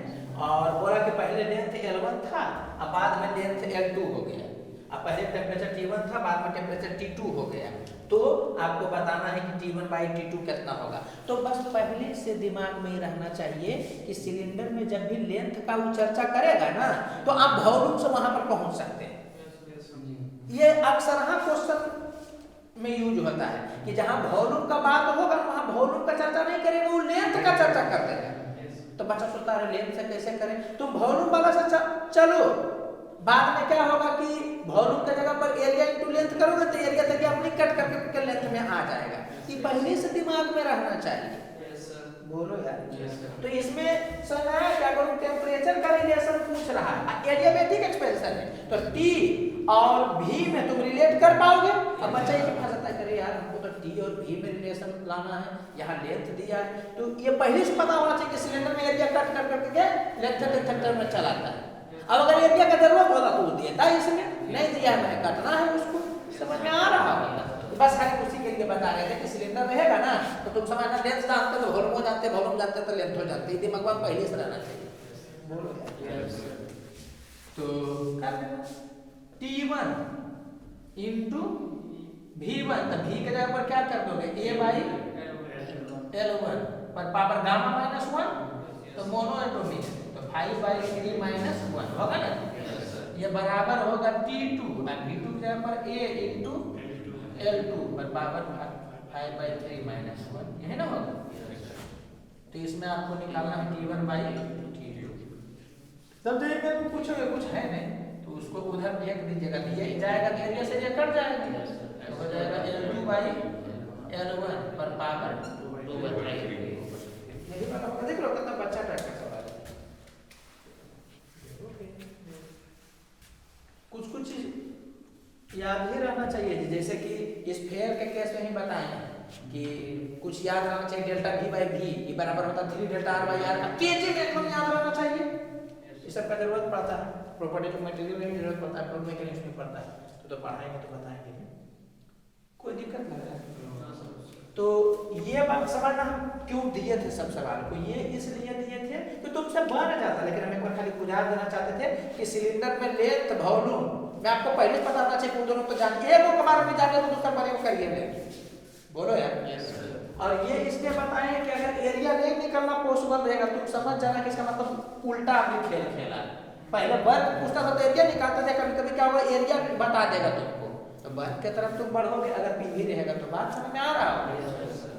तो इसलिए बताएं, और एक क्वेश्चन एकदम पूछना ही है उसको किसी ना किसी दिन को दे देगा ग्राफ, अब बोलेगा कि इस जगह का या किसी एक जगह का पीवी के बारे में बता देगा, और दूसरा जगह पर है जो कि एगो को देख करके दूसरा को छोड़ देगा, तो आपको समझना है कि सब जगह पर वही ना है, ये सकरा जाएगा। ये वाला ऐसे दिए थे कि इंटीग्रेशन का भी बना लो, ये वाला दिए थे कि गलती नहीं हो जाए, जब बहुत टेम्परेचर करने लगे या बहुत कम टेम्परेचर करने लगे तो थोड़ा संभाल कर करके एनसीपी डेल्टा टी नहीं लगा देना, जनरली ऐसा नहीं देखने को मिलेगा, समझ आ रहा है। एक बार फिर से हम बोल रहे हैं 20 डिग्री सेल्सियस और 20 केल्विन में बहुत अंतर है, बात समझ में आ रहा है, 273 का अंतर। तो हम केल्विन का बात कर रहे हैं कि 50 से कम होने लगेगा तो बोलते हैं कि कम टेम्परेचर हो रहा है, समझ में आ रहा है कि नहीं, ये समझिएगा।